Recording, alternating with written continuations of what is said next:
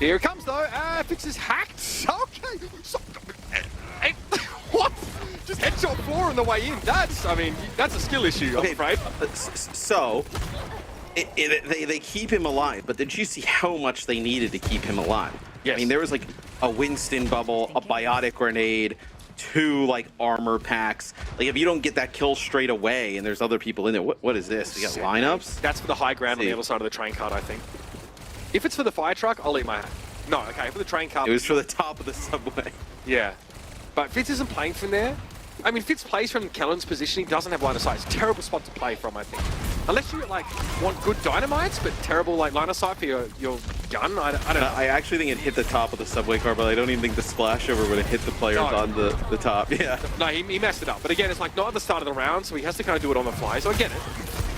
Oh, okay, that's a good. Coach Gun doesn't connect, but Whip Shot was there, I think, to knock Vera back, at least a shield bash. So the layers upon layers of defense here for Fitz would put Shrek to shame right now. Ooh. 1 for 1. Winston's out of the picture. Pulse stuck but on the wrong side of the shield. Creative out. Oh, get away alive. Fitz found Mirror, but Teru comes straight on in, trades it out here. Raw aggression for the Justice, and they do break through. Yes, Alpha gets the benefits of the nano boots, and he's able to just start putting down some serious damage. I mean, Tracer already really difficult to take out, right? And then the benefits of the nano, but is the New York going to contest this? It looks like Kellen going to move up, so maybe they decide to play close here. You'll have Bob to work with here for New York. He probably just gets slept, but this is where it stinks, I think, Mitch. Like, I think the Ashe you can make work, but you know, now, like, let's say you lose this fight, like, what are you gonna do? Like, switch Sombra and then just not have, you know, not have the MP. You're kind of like all in on the Ashe, right? Yeah, let's see if the Excelsior agree with that take. Bob, if used properly here, can be pretty nasty. Okay. Fitz really trying to tackle this problem from the front. Nice little tech is here. Nice little jump. There you go. Now you know. Hit with the EMP. Immediately nano. Just keep Fitz alive is the plan. Okay, so Mirror has the primal there. Got stuck with the pulse bomb. Bob coming in. Big, bad, and bustling. Ready to cause problems in the backline of the Justice, and by a huge amount of time for New York and give Fitz a ton of space. Yeah, so just wait a little bit. It looks like actually Teru took so much damage that he wasn't able to get around the corner to sleep the Bob. Like, he was really low. It's, oh, you got to sleep here on the floor. Yeah, nice play there by Creative. Psycho able to finish that one off. That wins a position, kind of busted, playing up on that raft there, but both Kellen and Mirror exchange pleasantries away from the locus of the fighting. Creative's been pretty untouched here, as he's not the primary dive target under nominal conditions. He sits behind Fitz. Fitz can fall back to his position, get bio. Kellen's making it really, really difficult for the supports here, of like playing that high ground. Oh, but this time they actually find it. Yeah, that's a nano boost on a mirror, so some damage there from floor as well. But they do get Fitz. It could have been a Bionade follow-up there. It happened very quickly, hard to say. But this is an issue for New York now. They don't really have the Fitz to play around. Carto moving very slowly. Is the Justice still assembling themselves? Psycho just trying to, contest as much as humanly possible. Forced to back away there. But high ground is still being held somewhat by New York. So Creative gets hacked. OG just trying to close the distance there, back up a little bit, because yeah, you have like 2 or 3 hack dive targets there for New York. They're all kind of split, right? So as soon as somebody gets hacked, everybody else starts to turn, like make a move right away. You could kind of like almost fake it, right? Like hack somebody and then kind of like have Mirror just die from the opposite side. All right, there it is. Fitz hacked. Pulse. No good. Wrong side of the shield once more. It's going to be Psycho, though. Does him one better. Alpha utterly outdone when it comes to the Tracer impact here, and the Washington Justice is going to be sent packing again. Yep, but they do get Rally out, so, Rally for Rally. Oh, he's shot there. That's a nice kill. Rally for Rally, but you have an EMP here for Justice, and with where the payload is, like, EMP, a few kills trickle off the back of that, you're kind of good for a map win here. So it just needs to be a really good high-value EMP, because you're also going to have Primal, too. 1 minute and 30 left in the round. Fitz is back in position now, well protected by phalanx of New York soldiers. Justice really pretty adamant about reassuming this high ground. The cart's on the move through the underpass once more.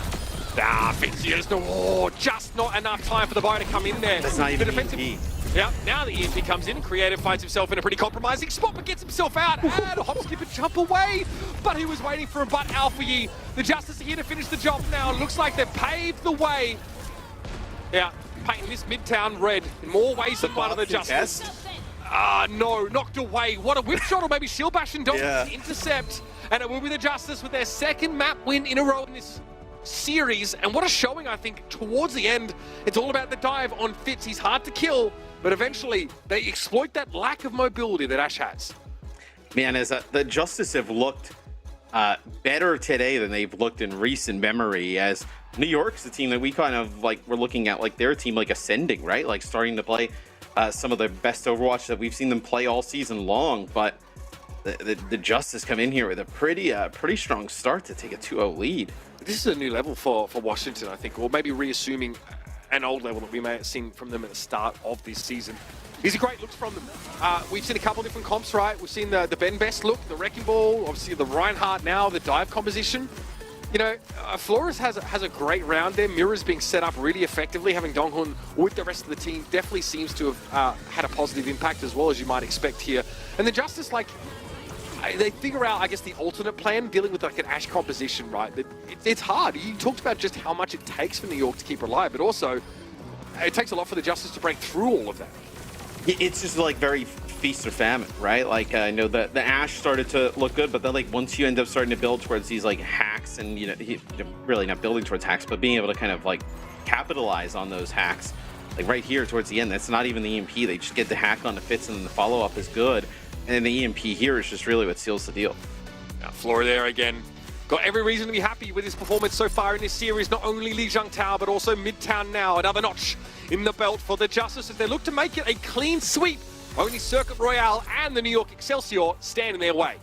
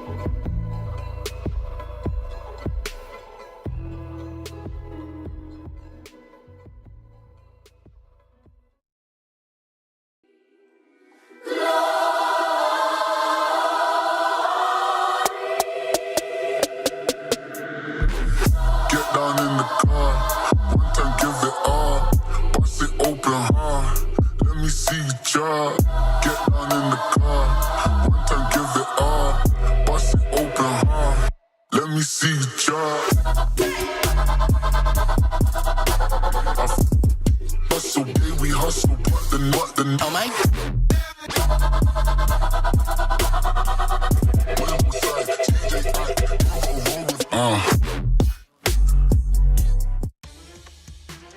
Competitive series, but at times this New York Excelsior team have their phases set to warp feed.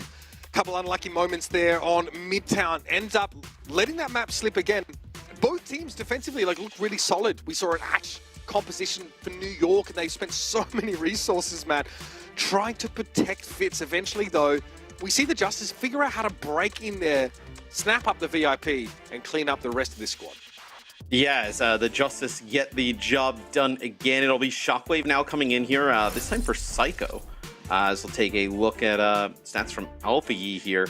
On Midtown to 0 deaths. That's pretty fantastic. The pulse bomb kills high. Is the Justice are rolling here today, Mitch. And like I mentioned a little bit earlier, like this is super important in terms of the standings, right?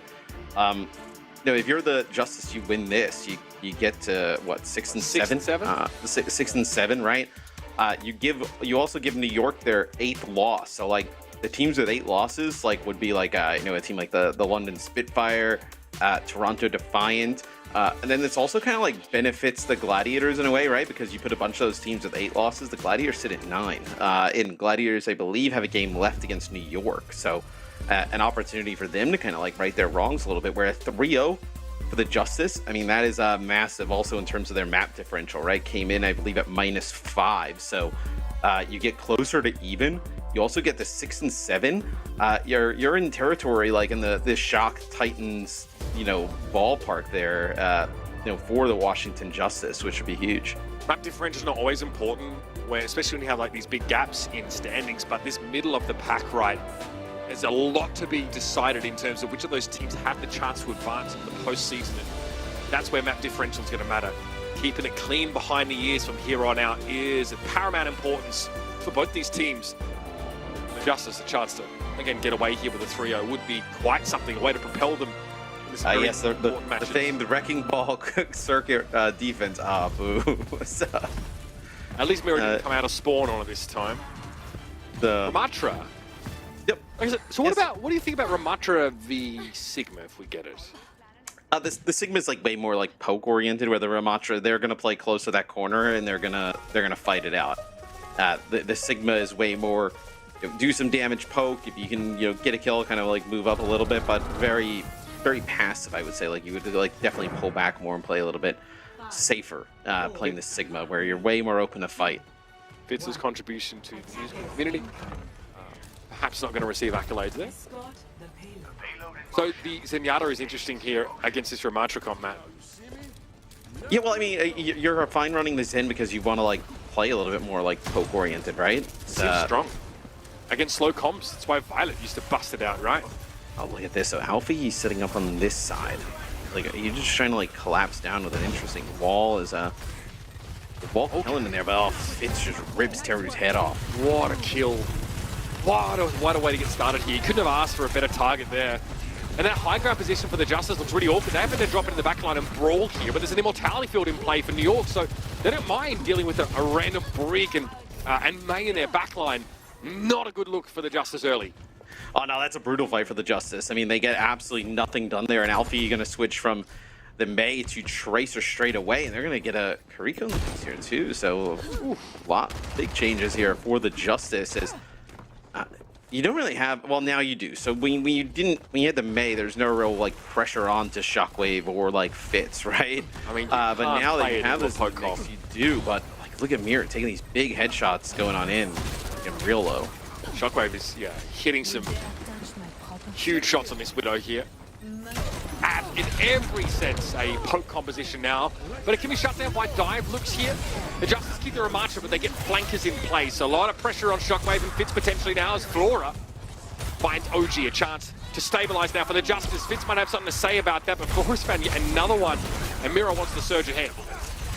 Yeah, the Kiriko can go into the backline with those flankers, right, and put down some extra damage and also be that healer at like close range on the flank with doing such a nice job using the TPs to kind of get their way around. I mean, so Kellen's got this flux here. Do you think though you can stay on this for like forever here if you're the New York Excelsior? Because like if you're not finding these Widow picks and constantly getting dove, like you're just gonna have like what, having Kellen just sit there at the front line, like in big trouble. That's a huge pick off though, getting Teru. I mean, Mira though, okay, caught inside, and there's a Transcendence in play now. This is, yeah, bad. Look at that. I mean, again, like the percent health damage against the Nano Ramatra is so huge. The Flux is like the antithesis to that setup, and we're getting over the line here. Yeah, Yes, first checkpoint. Even though some kills from the Justice flankers on the back line, still going to get it over the line. So now we're going to see some changes here. So what do we see? Oh, okay, you want to dive this, but you Shockwave going to play Tracer, maybe? You want the infra site for now. I wouldn't be surprised if Shockwave was in spawn, right?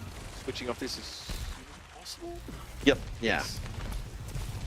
Okay, dive comp plus Sojourn, which is within reasonable parameters. It's not crazy. Fitz forced away from the Vortex there, set up by Mirror. Shockwave playing fairly out of line of sight here. Wants to force Mirror away. Now the overclock. This is a concerning prospect for the Justice to face down as Fitz is plugging Mirror shot after shot. No kills as a result of that, but Shockwave was able to at least provide some of those. Terror at long range, though, deals with Shockwave, short range rather. Fitz is going to be forced to fold away now from that annihilation as Mirror just throws up his dukes here. Gets a kill on the exit. Fitz might find one, but the Justice should be okay. Yeah, Fitz doing some serious damage at range there on the Mirror at the start of that fight. But Mirror able to kind of like stave it off, even with the Biotic Grenade in the mix. Gets the cleanse there from Dongun. So Kitsune Rush available here for the Justice. I think as soon as they start to see some players around this ramp, I think that's when you decide to use it. Is it wild that I expected the Justice, or rather New York, to maybe try and play a Junker Queen, like to counter the Winston setup? Seen both these teams sort of trying to maneuver themselves into the best positions possible, but they opt into a Mirror here. Speaking of which, he's in trouble now. Creative there, pops him, and here come New York once more. The Justice here struggling now with these dives. Comp they set up. Oh, nicely done, Creative. Nicely done. Yeah, as Pulse Bomb there from Alfie goes for nothing. So, ooh, they'll actually take Flora out at the end here. I think if Flora could have like stayed alive there, maybe made it out, do you consider just fighting this here at the end? You got Nano, and you got, I think maybe you still do. You have the Nano boost here. You can definitely get a touch. Mirror needs it. He gets it. Shockwave's Pulse. Yeah, Flora is in position to make use. Oh! That's stunning from Shockwave. Man, he's ripping it up on the Tracer here. Teru's gone. The Justice's chances of holding are in jeopardy now. Translocate out by Flora. He popped that EMP, but there was no one to get in there and make it useful. Kellen's Primal now will pave the way. That second checkpoint comes up in the background, and New York with 3 minutes to play. Yeah, I mean, even just seeing when the EMP came down, it didn't even look like it was like really impactful on anybody, even on the point. So curious how that one went down. But New York starting to come alive. So we reverse sweep the other day, so trying to make their way through another one here, just making it hard on themselves.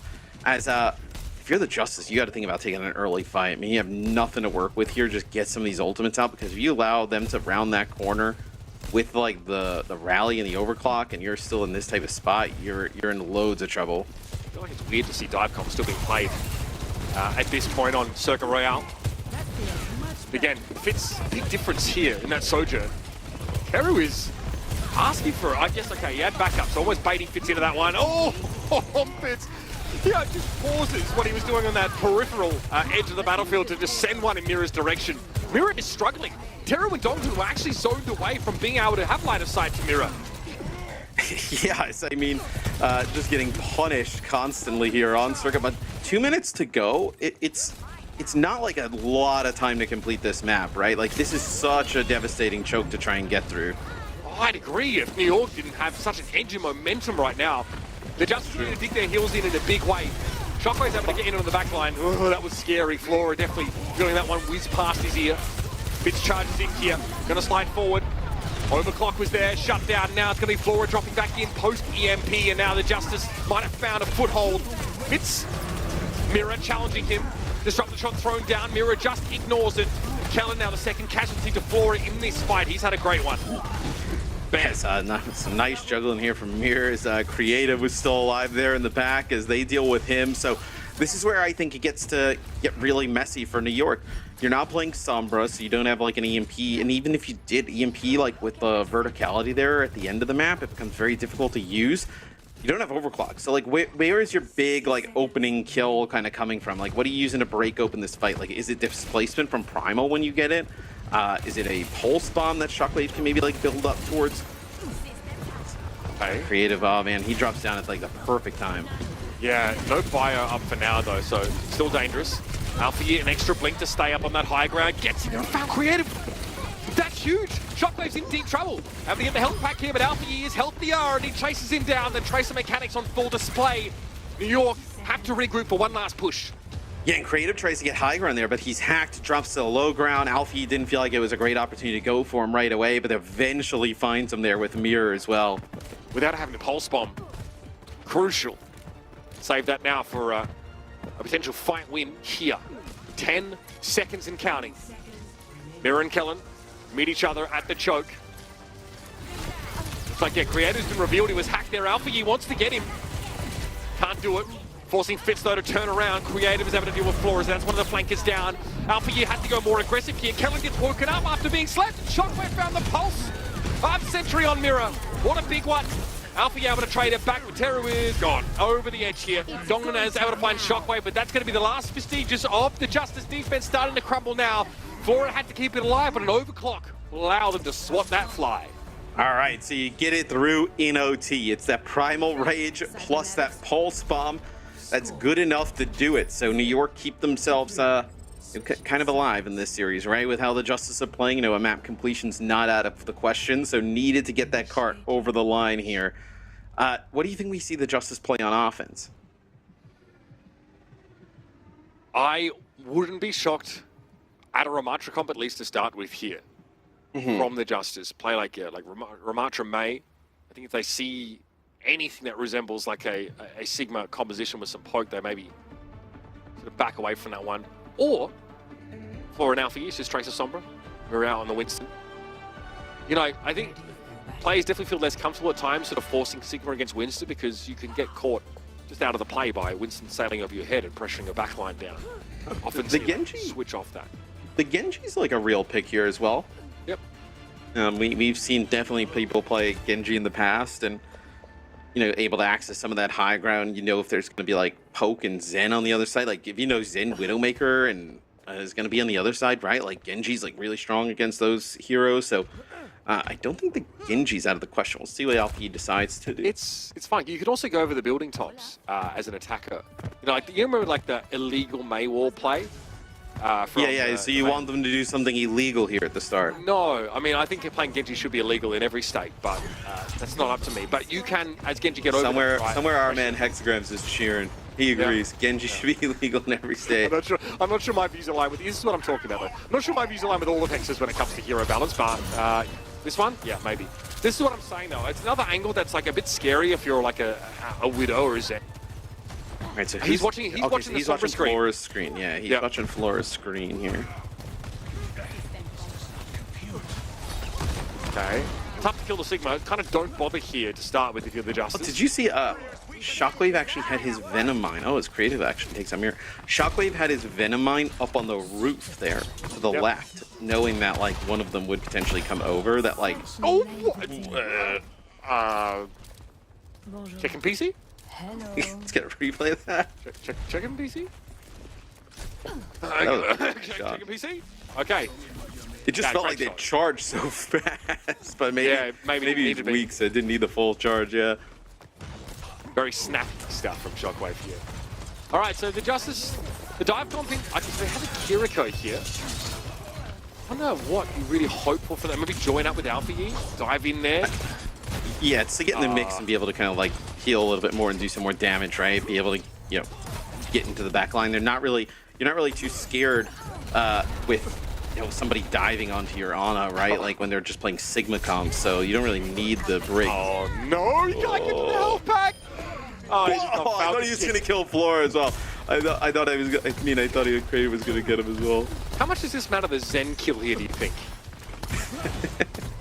I thought the Zen kick was going to kick him like away and he was going to be able to take him out, but Mirror's going to be able to take out Kellen ECOG also. Justice starting to get this dive rolling as Flora controlling every single health pack. Mirror able to push up. So, I mean, you have to change off of this, right? If you're New York. Yeah, you do. We just saw Kellen switch. So that was the issue, right? We saw Kellen out on an island as Sigma while his backline was under a lot of pressure, and OG, I think, just couldn't find the line of sight there, or maybe was even dead at the time. So eventually, the natural order of things takes hold, and we're back to Winston's. And what do you think about keeping the Sojourn in the mix here? I mean, I think the Sojourn, like, obviously gives, like, big burst potential, a big opportunity for damage, but also, I mean, not the easiest dive target, but definitely one of them. I think against the Genji comp especially, you probably want to switch to Sombra. Yeah. Alpha E Blade probably switches as well. There's probably no reason to not play Tracer now. Yep. Big zoning blade, now go back to Tracers. You got a kill, right? I think he got one. And yet they couldn't convert it instantly enough, just based on where the kill occurred. Here's EMP, so just as Kellen looks to come down, opens up his parasol, floats on in. Flora couldn't finish the job, so that EMP talked about how important Sombra is here, maybe not so much. Was Alpha even, like, back in the mix at the time? Possibly. May not have had the blinks, though, because he might probably blinked out of spawn once. Yeah. Yeah, it's an interesting decision. Yeah, there was a part of me that was like, oh, the EMP's going really fast after that hero change, but didn't get a chance to see. So overclock being able to penetrate, shielding, or penetrate is pretty important here, I think. The Winston bubbles don't feel nearly as safe. Fitz has sick mobility, generally, unless he's like, it's much harder to dive him than Astra. It's a very reasonable replacement for the Sombra if you can go without EMP. Here comes the dive. Fitz nanoed after being hacked. Much easier to keep the Sombra alive than the Ashes we just discussed. Ooh, and there it is. This is what Fitz offers you on a hit scan, Matt. Yes, the Justice actually decided to get pretty aggressive behind the rally, but not able to find anything as everybody kind of like separates there for New York, and you get that nano onto Fitz, and he's able to do some work with it as Alfie takes Fitz out here. And look at this, you have a bunch of members back in the fight. Maybe you can find like one. You're not really trying to like move the card in off of that, right? But like if you can find another pick and just like force them into a fight with a player down, that's huge. Nano Winston, I think. Okay, Bio's going to slow this up. He's going to buy enough time actually for the Sojourn to get back. So that pulse bomb kill essentially is rendered null. Here comes Mira, gets the nano as we predicted. Right now, really just creating a bit of space. There's too much front-loaded damage. The threat of the rally making people impossible to kill. There was a stick there, but Shockwave's not able to get a kill as a result. Kellen slept inside the bubble somehow.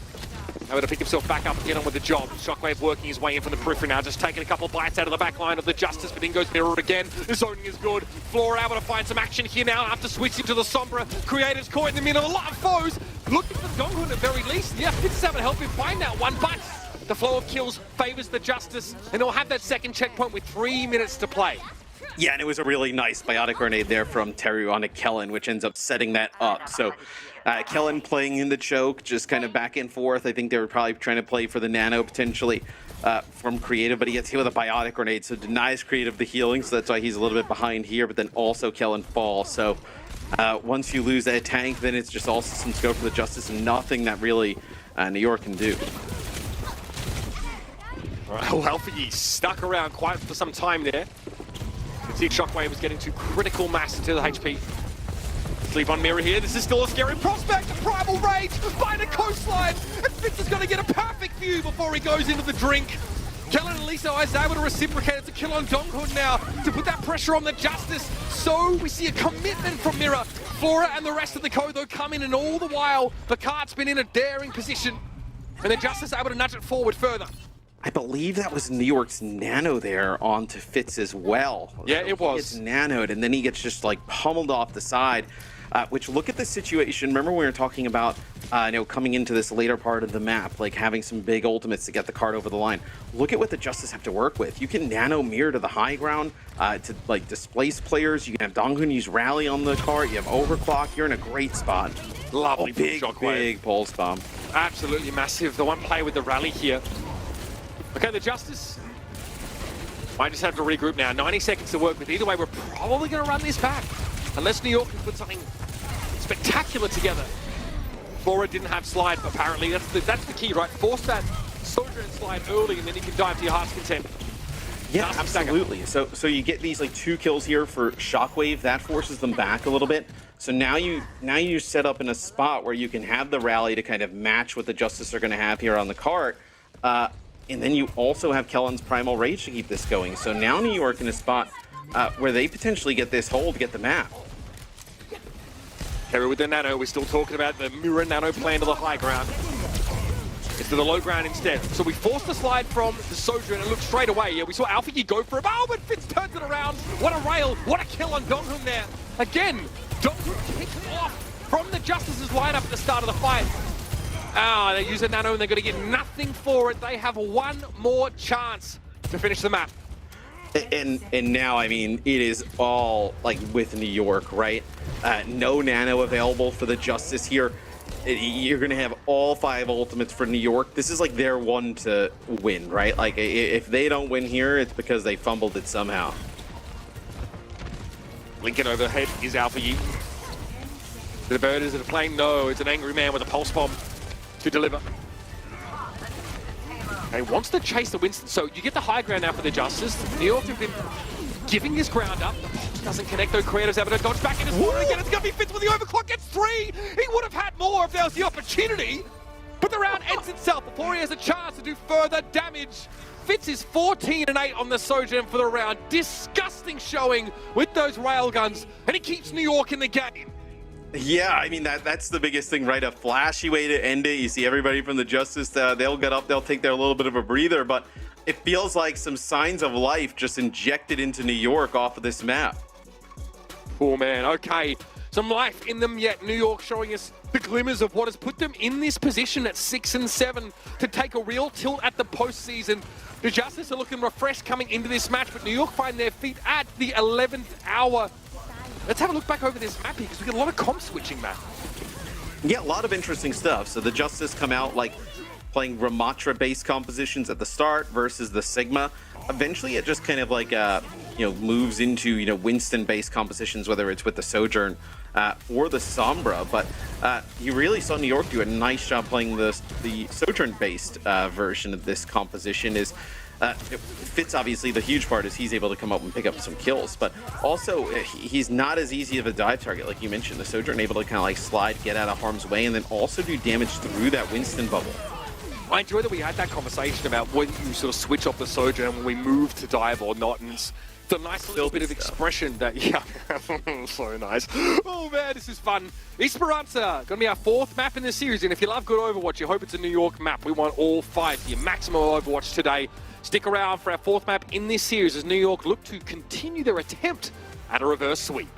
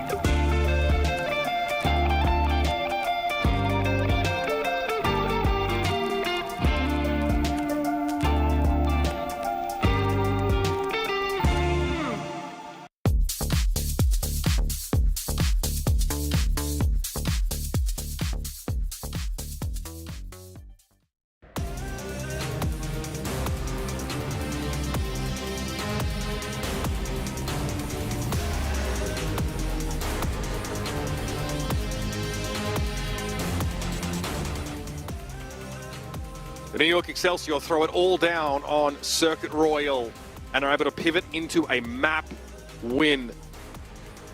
And I tell you what, wasn't easy, but Fitz on that Sojourn.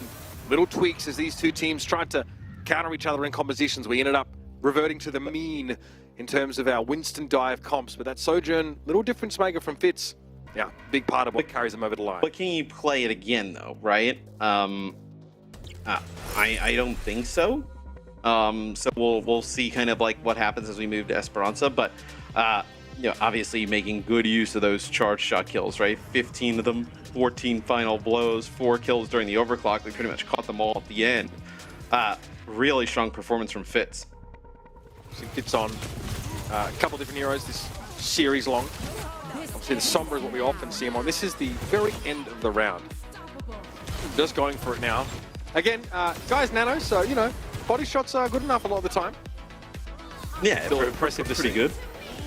Right, you know, even with the body shots, right, just nano and the fact that they're always like 100% charged, still really strong. Is Psycho comes in here for Shockwave. Interesting. So we've seen Psycho play a lot of the Tracer, right? Maybe they're gonna kind of keep him on Tracer here all the time, and there's the option for Fitz to play the Sojourn or the Sombra. I've got to say, Shockwave was, you know, obviously we see him come in, which is not a super regular occurrence, obviously showing us some of the hits game. The Tracer also was pretty darn good. New York have a deep bench at that DPS position between Fitz, Shockwave and Psycho. Really nice little rotation between all of them. On the side of the Justice, well, it's really just Mira and Ben Best, mostly Mira operating here. So Esperanza, let's talk about it. We expect probably to see some dive Mira, right? Teams are definitely... Yeah. I mean, what we've seen Orisa attempted on this map, Junker Queen at times, Ramatra. But generally speaking, it's the dive comps that tend to win out. Yeah, and it's like, do you play? Yeah, I think you kind of have to play dive here, right? If New York wins this one, I think they have, like, obviously with what's like happened recently with like some of the reverse sweeps, like they have a ton of momentum going into that 5th game, right? Like we just did this. They shine the Chad signal up into the sky, and Ben Best turns up in his whip. Yeah, the wrecking ball. Ben Best ball, game 5 there on Oasis. None can stand before that jawline. Keep that in mind, as obviously potential of that 5th map does loom here, pending the result of this push map. How do we feel about these two teams if we get matched dive comps? You're saying in terms of like Sombra, right? Right, because we expect Fitz to be on Sombra if Psycho is sort of getting rotated in. It's odd. Like I probably say New York, but like the Justice have looked pretty good today. Where I think for me it comes down to the Tracer duel. Actually, it probably comes down to Psycho versus Alfie. Alfie's been really strong today, so Psycho can kind of like step up, which is difficult because he's like just coming back into the game. If he can step up and kind of match Alfie, I think New York can definitely win it.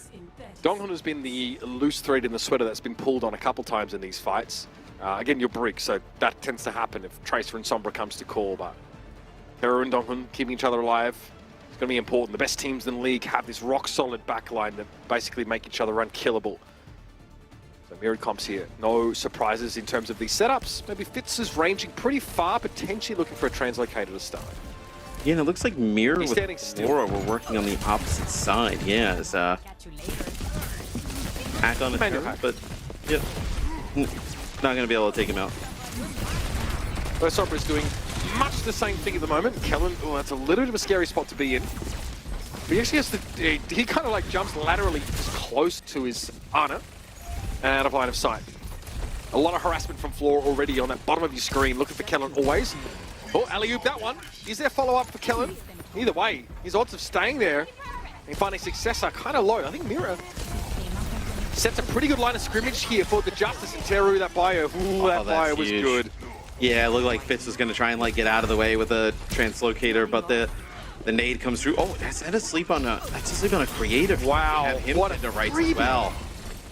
I mean, he basically just set up, I think, 2 of those kills sort of back-to-back. Teru, obviously one of the players credited for one of the very few, like, you know, full team-white Dragon Blades we've ever seen in the Overwatch. It was on a Junkertown map quite a while back.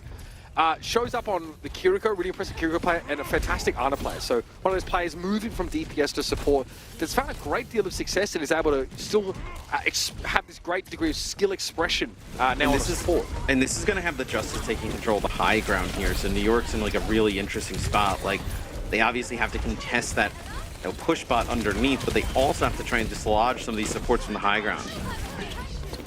Justice made decent progress here off the back of these 2 kills that were heavily set up by the back line of the Justice. Kellermo drops in, gets a nano boost. Not a whole lot you can do about that. But that's something that the Excelsior just had to commit to get back to parity potentially here. So if you're the Justice, maybe you don't worry about spending too much here. Mira wouldn't have got his timeline time anyway. Yeah, it doesn't look like they're really interested in spending anything there. So they'll hold on to the comeback in this next fight here because they'll still have to lead the Justice. They'll have everything at their disposal. Flora is on that left-hand side of your screen, just slipping by. AlphaGee and Psycho will be trading blows here. Psycho wants to deny AlphaGee easy access through this choke. And the question here is, where is Kellen? So manual hack on the on the Arden. Teru back, so he was scared of dying while he had that nano up. But in the meantime, here comes Fitz. Drops on in. Donger and AlphaGee disappear. Yeah, you see already, the Psycho Fitz combination just causing a little bit of issues here. Psycho follows up, gets one, and then Fitz obviously grabs another. So the Justice came into that fight with all 5 ultimates, not an opportunity to use any of them. Yeah, and that's tough for them. Now they're holding these ultimates way too long. Like New York have a chance to build up their own again. Look at Creative at 46%. Teru's been holding that nano the whole time. Here's an EMP.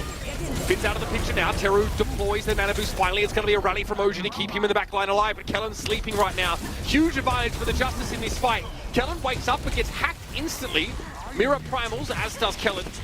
He'll back away from the fires. Watch the Justice spend big, not even to win the team fight. They just push up. Yeah, I mean, well, they needed to, right? You were in like this desperate territory where you absolutely needed a fight win because New York was starting to like run away with it, and also you just can't hold on to these ultimates forever, right? You would have been up near your second round of them at this point. So now we're back, dude. The push game we casted like earlier was really odd, and this one seems like it's gonna have like a really odd flow to it as well. It's like both teams kind of stuck at this like 40-meter-ish like line for a period of time potentially. Creative's bioed. Oh man, what a bio. Dude, Teru's having an outsized impact on this game so far. When you have a fight when your ultimates aren't available, a huge amount is determined by the backline, right? Can you get a sleep? Can you hit a bio? And then follow up on it. You don't need ultimates doing a fight there. We have a checkpoint coming up for the Justice, and a lot of that can be attributed to Teru. Yeah, that's huge. It looks like Fitz is trying to wrap around. He got pressured back here now as well. So huge play by Teru. The biotic grenade up on that high ground. And now for the Justice, like if AlphaGee can get a huge pulse bomb on a support here, then you cycle in the EMP for the next fight, and you can complete this. Pulse bomb curves that one a little too much. Yeah, that went down the stairs.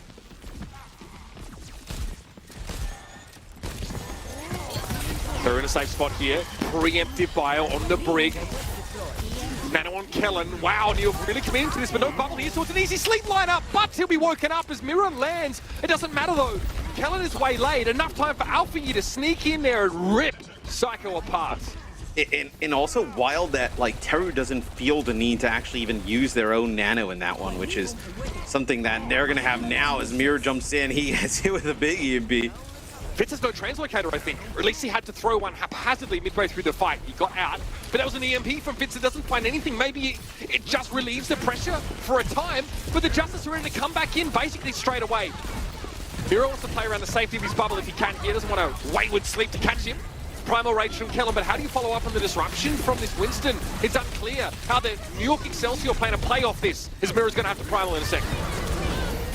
Yeah, but I mean, Mira looks like Creative was getting really low. That rally helped him out so much as they're just pushing New York back constantly. The payload is continuing to move, and I talked about that Tracer battle. Alfie's definitely winning it now. That's huge from Mira. He forced OG and Creative out of that key sight line. That means that New York had no chance of contesting on that long stretch without their supports able to spot Kellen's position. So you see Kellen dive back as a result. New York at least can return serve here with a Nano Winston. Yes, I mean, what, you're going to nano the Winston, but it's going to walk right into an EMP? Is that kind of your play here? I mean, the Justice... I mean, the Justice just have so much control over this game now with how far they've gotten the bot. Alfie denying Psycho the chance to sneak some progress back. Flora looks like it's going to be a proactive EMP now. Yep, sees the slide come out from the Sojourn, and that's the starter's pistol going off. Still, Fitz out of the picture now for New York. Trying to hang around, not give too much away here, but they realize they are in dire straits with that Sojourn. I mean, they're in a world of trouble. I mean, the Sojourn does not seem to be paying off here as much as it did on the previous map. As you know, you're just kind of like looking for picks at this point, I think, with it, right? Like, you're trying to stop the bleeding. Oh, creative, not the nano sleep. Okay. Mira says, okay, well, I get nanoed, you get nanoed, and we'll just reset this thing. Yeah, we'll just back up. I think the map lends itself less to, Fitz getting value from Sojourn than, Circuit Royale. I think for obvious reasons at this point. Oh, yeah. Do you think the switching off the Sombra, though, is like a concession by New York, saying we can't mirror this? I mean, I don't know if it's like a concession. Like, I mean, I guess you would call it that, right? I mean, it just feels like maybe they thought that they had so much success in the last map, especially it was like against some stuff like this, that they could just run it again. But I think like you were kind of alluding to, I mean, Circuit's just such a vastly different map than this one. Your sidelines just can't be nearly as good. Like one Winston bubble ruins your entire sideline at times. Alfie has a pulse here. I think he's waiting for this churn to settle a little bit more. Sees the Winston dive.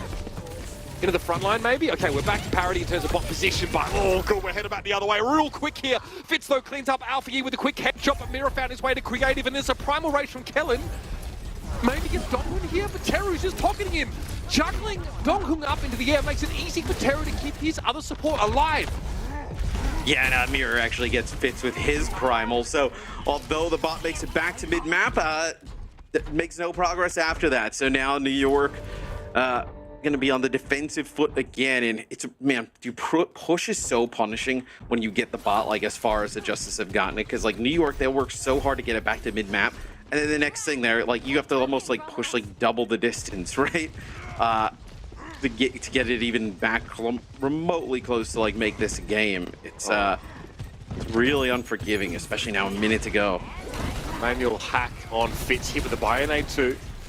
But they know that's his dash out for now, and then that was also just a railgun shot forced out, right? Is that EMP Fitz just blown to smithereens? Easy target there. The moment he uses that slide out of order, EMP comes in, clobbers the Sojourn. It's not paying off here for New York, but looks like they're fully committed to this plan. Fortunately, that may be to their detriment now, as we have 38 seconds left, and the Justice have a huge lead. And the Justice, like, you just, even if you don't use some of these ultimates here, right, just pushing the bot to where this point is going to force New York to throw everything at this fight. And then think about the distance they would need to make up. It's massive. So they nano mirror here. Is this just like, did they just try and force the nano and some other abilities out? It's kind of what it looked like, but New York holds on to everything. Yeah. 10 seconds left though. You have to stretch these abilities a long way. Rally shield back from Donghun. Will waylay Kellen. And Nano expiring in a few seconds. It's going to be Donghun going with the rally. The Justice actually want to force back on this one now. They have a pulse bomb to work with. Psycho connects his own though. Donghun down. Supplier of the rally is out of the picture here. Fitz can slide away from that pulse bomb pretty comfortably. The Justice happy to trade some ultimates to force them out of New York. You have to spend almost all of them to stay in the game. It's overtime. You know, I'm surprised these players in the Justice like just aren't dying and like resetting as a group. Yeah, I mean now you had Teru die really late. You had Mirror now die late. Is maybe they'll still hold this front spawn for a period of time, but still, I mean, Flora's going to have this EMP. This could be massive, especially with that bot's going to stop here on this first checkpoint. And they've played off the EMP really well. You want to watch Fitz very closely in this next fight. Flora is, and Fitz knows it too, Flora is looking for that slide. Then he's going to slam the door shut. The Justice also know that the bot is going to stop here for a period of time, right? So it's going to stop and people are going to be playing off of it as Mirror trying to put some damage down onto Fitz on the high ground, but doesn't forces that dash out like you mentioned. It means that Teru might be able to build that nano though just in time. Okay, Flora, change of tact here. They found OG Creative blocked from healing him, and there goes the backline of that New York Excelsior up like a puff of smoke. And it's punch in, punch out on a 3-1. Golf clap for Mira as the Justice course correct back into a win. I mean, that is a huge win in terms of the standings there for the Washington Justice. New York, who everybody thought was on a roll, just gonna kind of like maybe even run through the Justice here today, but the Justice bounce back. This puts them like tied in the standings, I think, with New York, depending on like map count and whatnot. But this is just a huge win for the Justice, and they looked really strong. In a sense, I feel like this is what the Justice roster was designed to do, right? Create a place for Flora to shine, whether it's on Sombra or other picks here. Let Teru just, be an absolute disaster for his opponents on that Ana pick. Really great play across the series from him. And Alfie always has this consistent level of delivery. It's something that you can rely on. Great play for this Justice. And it wasn't just textbook stuff. We got to see Benbes, we got to see the Wrecking Ball play, the Farah play from Alpha Yi. They managed to, win that Lijiang Tower, map by less than conventional standards. But when they had to play their dive mirror, they solidly beat New York out of it. And that's a red flag, I think, for the Excelsior. They might have to play this dive comp a bit more in the future. And if they can't handle the Justice, then it's not a great look.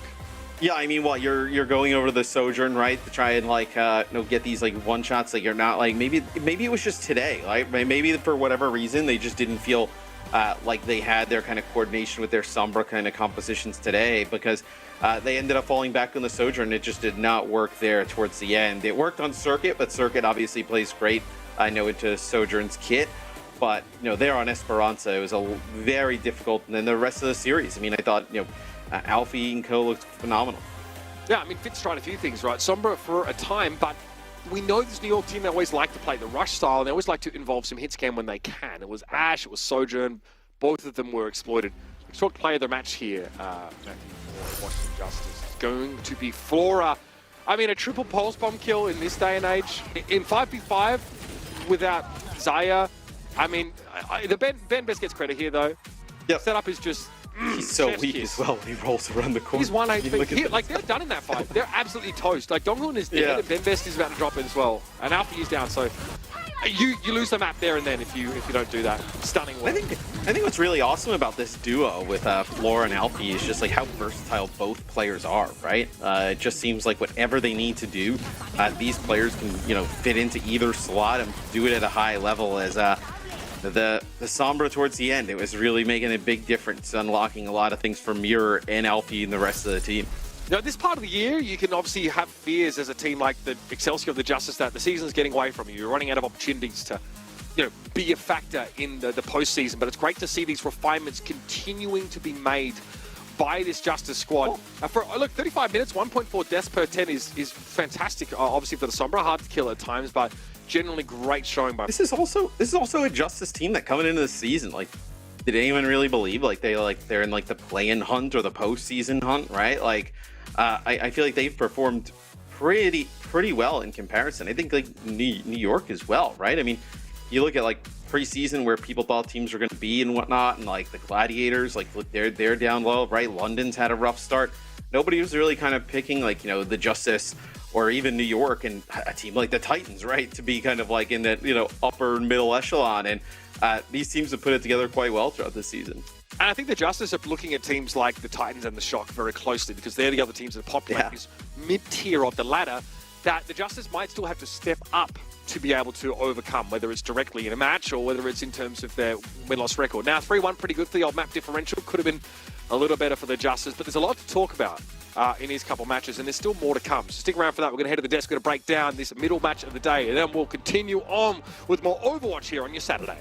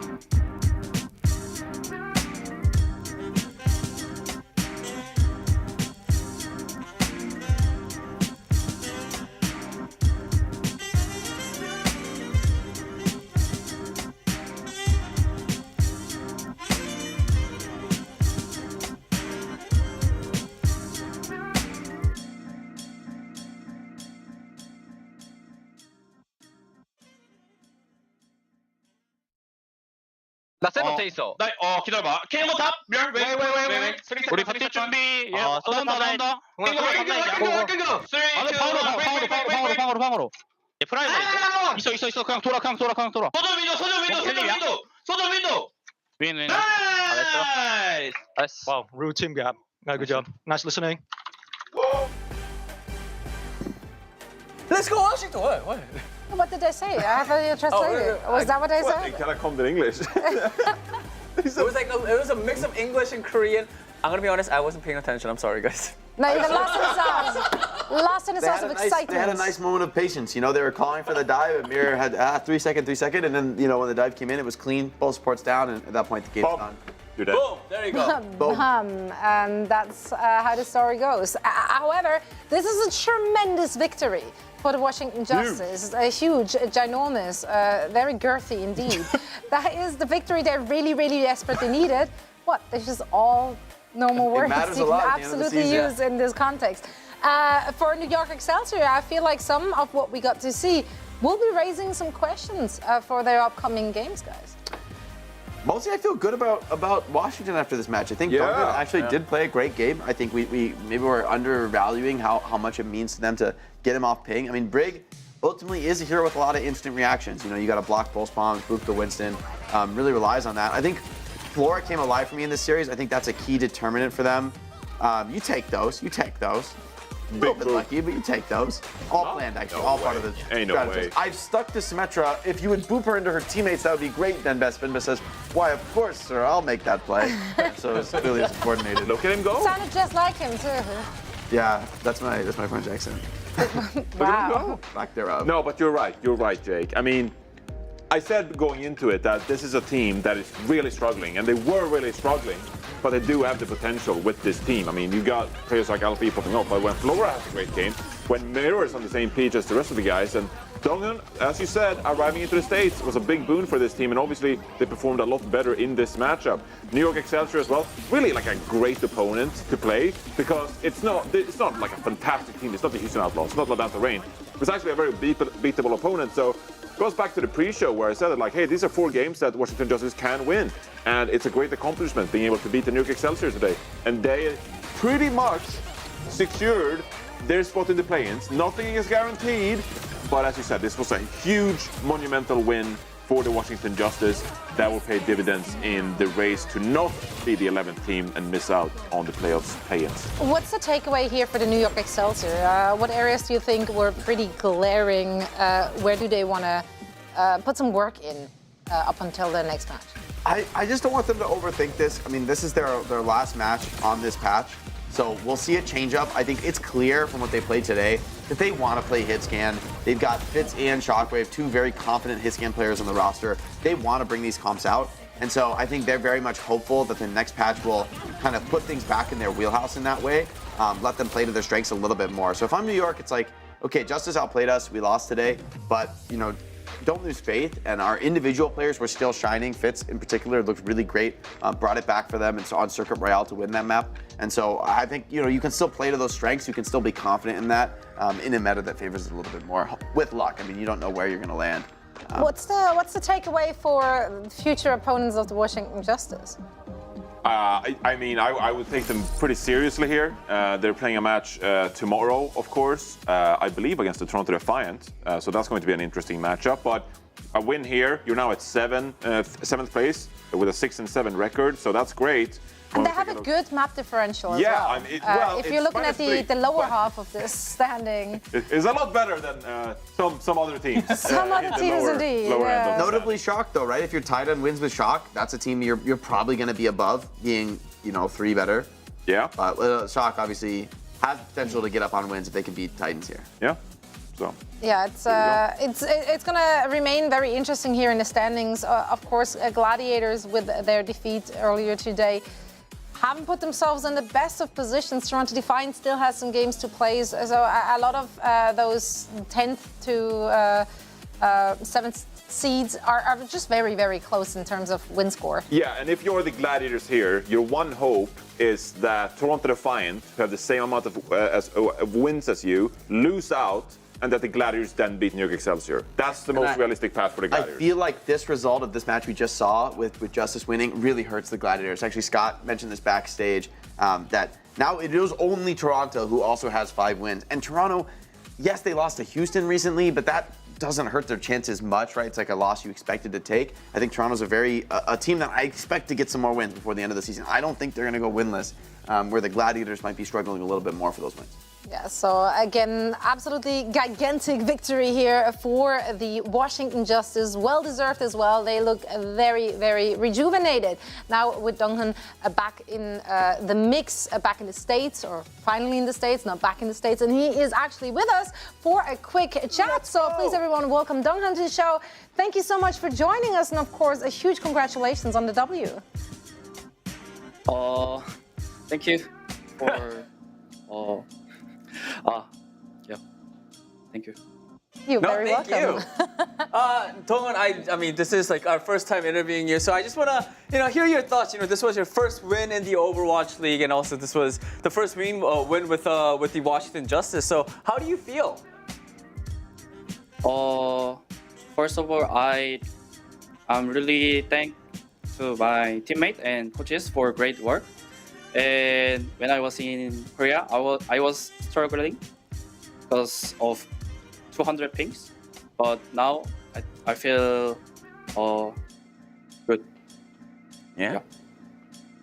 And so Donghyun, I want to ask a little bit more about that, playing off ping and playing, in that same room with your teammates. What is that like for you to actually be with the guys you've been practicing with, to meet them together in person and play together?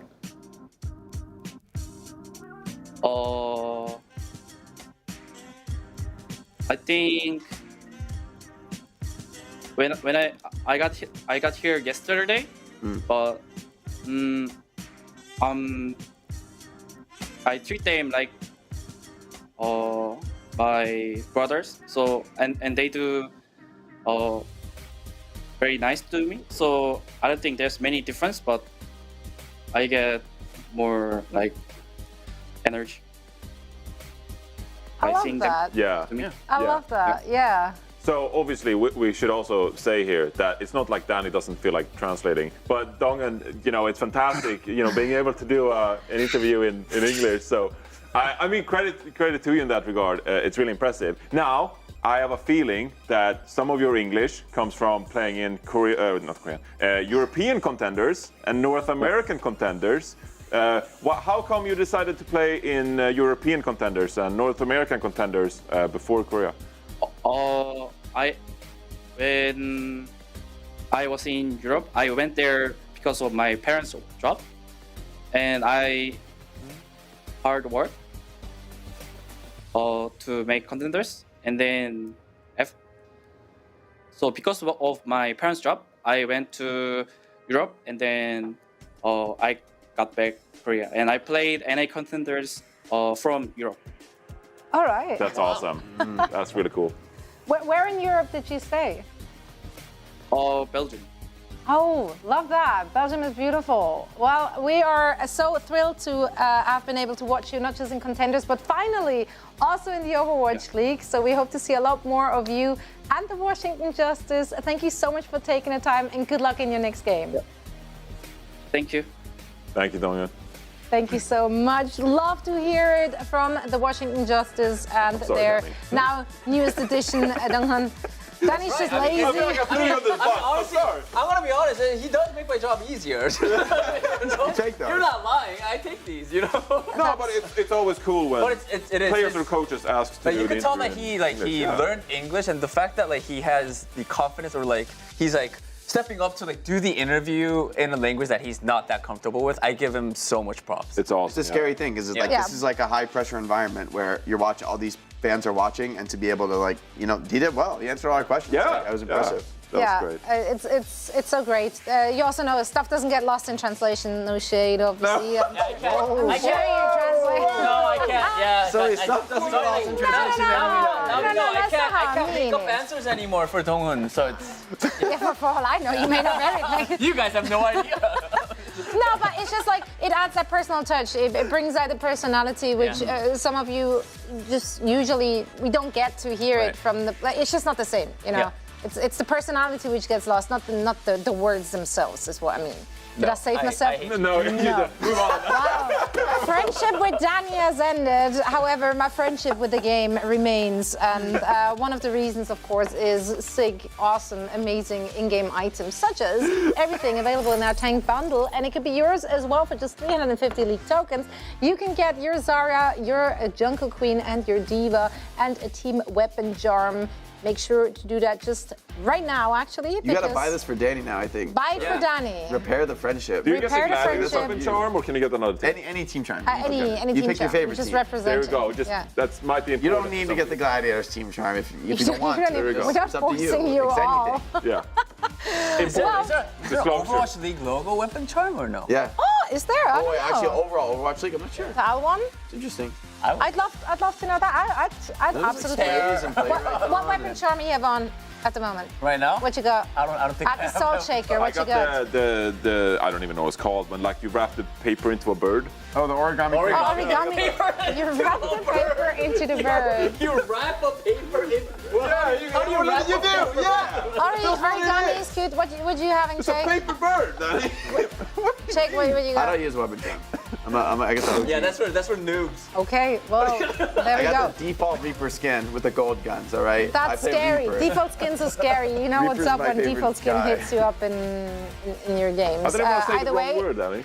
No, I think it was just funny. All right, let's move on. moving on to our next match. Let's take a look at the is a schedule big to one. see where we at. Yeah. This is indeed a big one. Vancouver Titans and San Francisco Shock are going at it, and this is an important victory for both of those teams. Although Vancouver Titans, they have secured their spot. They're not in any danger anymore of elimination at all. And the San Francisco Shock, how would you gauge? Yeah, how would you gauge what you're seeing here? Finn is in the lineup instead of Renko, and you got Striker coming in here as well. This is an interesting lineup from the Shock that we don't typically see. Could this be telegraphing some kind of rush comp? Or is this going to be Striker bringing out a Tracer? I think there's like so much unknowns right now looking at this roster. Like, are they more confident in these players, or is it going to be a shift in what they're going to play, like how they're going to approach this first map? It's going to be interesting. Yeah. I don't know what to tell you. I don't know what to expect from the Shock. Truly. But what we do know is I know Heesang is ready for this match. Yeah. For that grudge match against his previous team. I think that's what makes this match extra exciting. The right? nerves can be high though, right? yeah. This is like you've got something to prove. Yeah. Okay. Oh wow. Flopper. Wow. Who? So he's saying, talking mad smack on Proper. Titans aren't holding back, so. They're not. They're in it to win it. And this is interesting, though. Let's take a look at Heesang's hero usage when he was on the Shock as well as on the Titans. Yeah, so the big talking point on the Shock was obviously that they struggled with their compositions early in the year. And we saw Heesang, if we look at his hero usage on the Shock, he is moving around a lot. He took on the Sombra role so Proper could play the Tracer. The Mei obviously did play some Tracer because they couldn't decide if they're always playing Proper on Tracer or sometimes on Sombra too. Hanzo, it was all over the place. If we look at Heesang on Titan, it's pretty much been all Tracer, and he is so comfortable on that Tracer. It's his signature hero. So now Heesang no longer having to fill around for the Shock. He can instead just rely on his best hero, which is the Tracer, and he's performed so well here in the summer stage for the Titans. Feels like the Titans have actually sort of emphasized Heesang in the roster, right? He's a focal point that they want to play around, let him stick on comfort heroes, like let them build consistency there, where on the Shock they didn't have that.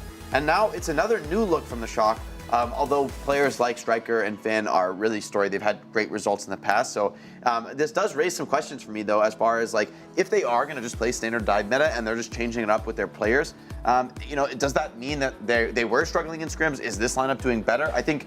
I'm not doubting them just yet, but I do think this raises some kind of questions of uncertainty for the Shock. What kind of looks we'll see from them going forward in this match? I'm really curious to see more. Same, and I'm also curious to take a look at our predictions for this one, because quite frankly, like seeing that lineup, I wasn't aware of the starting lineup when I made my prediction, but honestly, seeing the Shock starting lineup makes me more confident in my prediction because I am betting on consistency, and Vancouver Titans has shown that. Like, those players have reps, they know each other, they know what to expect from each of those players. We've seen them, how well they play together, and I do feel like that is going to give them the edge. 3-1 might be a little out there, as a score, but I Titans honestly, have been peaking. Yeah. they have been, and I don't think we've seen too many weaknesses to exploit there, unless you're just talking on individual skill level. But Titans been looking good. I also went with the Vancouver Titans. I think individual skill-wise, player by player, I think San Francisco Shock has better players. But like as a team in general, I think Vancouver Titans are the stronger team. And I gave them 2 maps because San Francisco Shock, you know, they're like, in my mind, they're like the new Chengdu Hunters. Like they do some weird stuff. Like they pull out. I mean, to be fair, like the midseason madness last stage, that was ridiculous. Those comps, they like to do some crazy stuff with it. Zany, so I was like, I think that's gonna throw some curveballs at the Vancouver Titans. I think it's going to be a close match. Yeah, I agree with you guys. I went with the Titans too. I like their consistency. I feel like they've been peaking at the right time. And I like this focused small roster, right? Yeah. They're going to keep the same players in, give them all the play time, build the experience and the reps on any comp they need to play, and just be confident going into any meta, any situation that they can sort of communicate and find the answer. For Shock, I do think these individual players are super strong.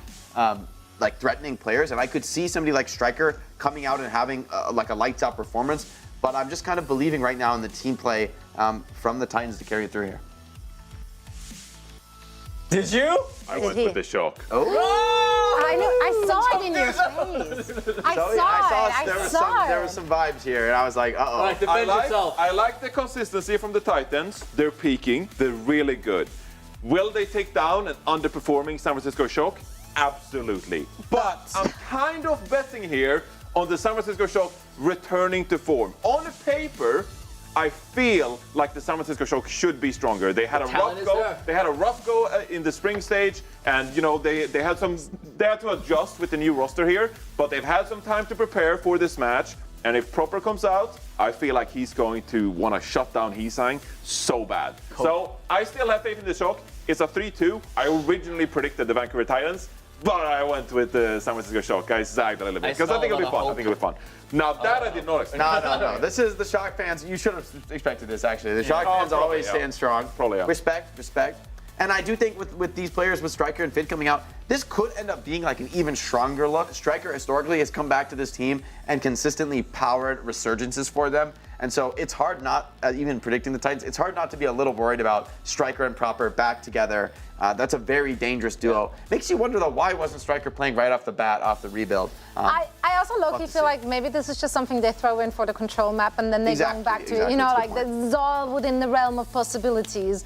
I saw not just us being a little bit in disbelief about your Shock pick. Right behind you, don't turn around. You might startle them. But right behind you, our 2 casters for this very matchup. Jack looked like he saw some ghosts. What, birds in a cage or what? Like, he's gonna rattle the bars. I've worked with Johnny long enough that I saw the back of Johnny's head and I was like, he's about to predict the San Francisco Shock. He's got that look in his back of his head. He's gonna go for the Shock. Who are you? The hairs on the back of his neck are standing out. Why are you here at yours if you can predict people's spreads on the back of their heads? I feel like that's a skill you how much of a elsewhere. unique skill is that though? So I can predict Overwatch League desk analysts and their predictions. Like, where else are you going to use it on the resume? Where else are you going to use it? You didn't make it onto the Justice League. I'm sorry. Yeah, exactly. Like, what? It's a good skill, though. It's a good skill to have. It is a good skill. And here's the thing. I don't think Johnny is completely ridiculous with his call of going for the San Francisco Shock. This is a team that, on paper, should be very strong. The real question is, we haven't seen it throughout the entirety of this season. They have just had a 2-week break after losing to the London Spitfire and the Hardy Rush. So now, what have they learned? What are they cooking? Striker. That's what he's cooking. That's what they're cooking right now. Okay. Actually cooking Striker up. I mean, look, Striker joining the San Francisco Shock, it was inevitable. Yeah. Yet again. You know, you do reach that point in the year and you're like, wait, Striker's on a team that's not the Shock? Wait a second. Okay, time for him to retire and then come back to the San Francisco Shock. I sense a transfer coming along. You know, picking him up. I mean, good time to pick him up. You need some clutch factor. And I wouldn't be surprised too. I like Zoe's point on the desk, actually. Maybe just throwing him in for control. Yeah, maybe. You just put him on Tracer, right? Yeah. That's who he's best at. And okay, in the past, you used to put him on Tracer. He is proper on his that's team very now. true, right. Yeah, and that's a big question I have, actually. Is Striker just going to be put on Tracer and then proper something else? Maybe proper Echo, Strike on the Tracer, depending on the map. Maybe Striker Sombra as well. We've seen it from him in the past. they don't have many adept players at that hero. They signed Probe, who's more catered towards hit scan rather than the Sombra, so maybe Strike has filled in with that role. But not just talking about Striker, Finn also coming back into the lineup sort of piques my interest, because Finn has historically been on the bench since this rebuild happened in the mid-season madness. Renko has been playing, Smile. But looking at what I'm right now, it feels like the San Francisco Shock might be going down the line. They might be, because we've talked about this yesterday in our cast of they only need to play 2 more matches in this meta. Why not do something different? And that's exactly what they're going to do, Jack. Jumping ball, okay. It is great. Yes. Finn Zenyatta is great. Yeah, that is very true. Problem is, Sugar-Free on Sombra. Yeah. And Ramatra with a wall. There's the lamp, and Finn in a whole world of hurt. There you go, he's already dead. Strike picks the first kill though, because he sang, and Crimzo in fact. All right, trades across the board. 3 versus 3 now, but with jumping on ball, you don't need no healers. That's for sure.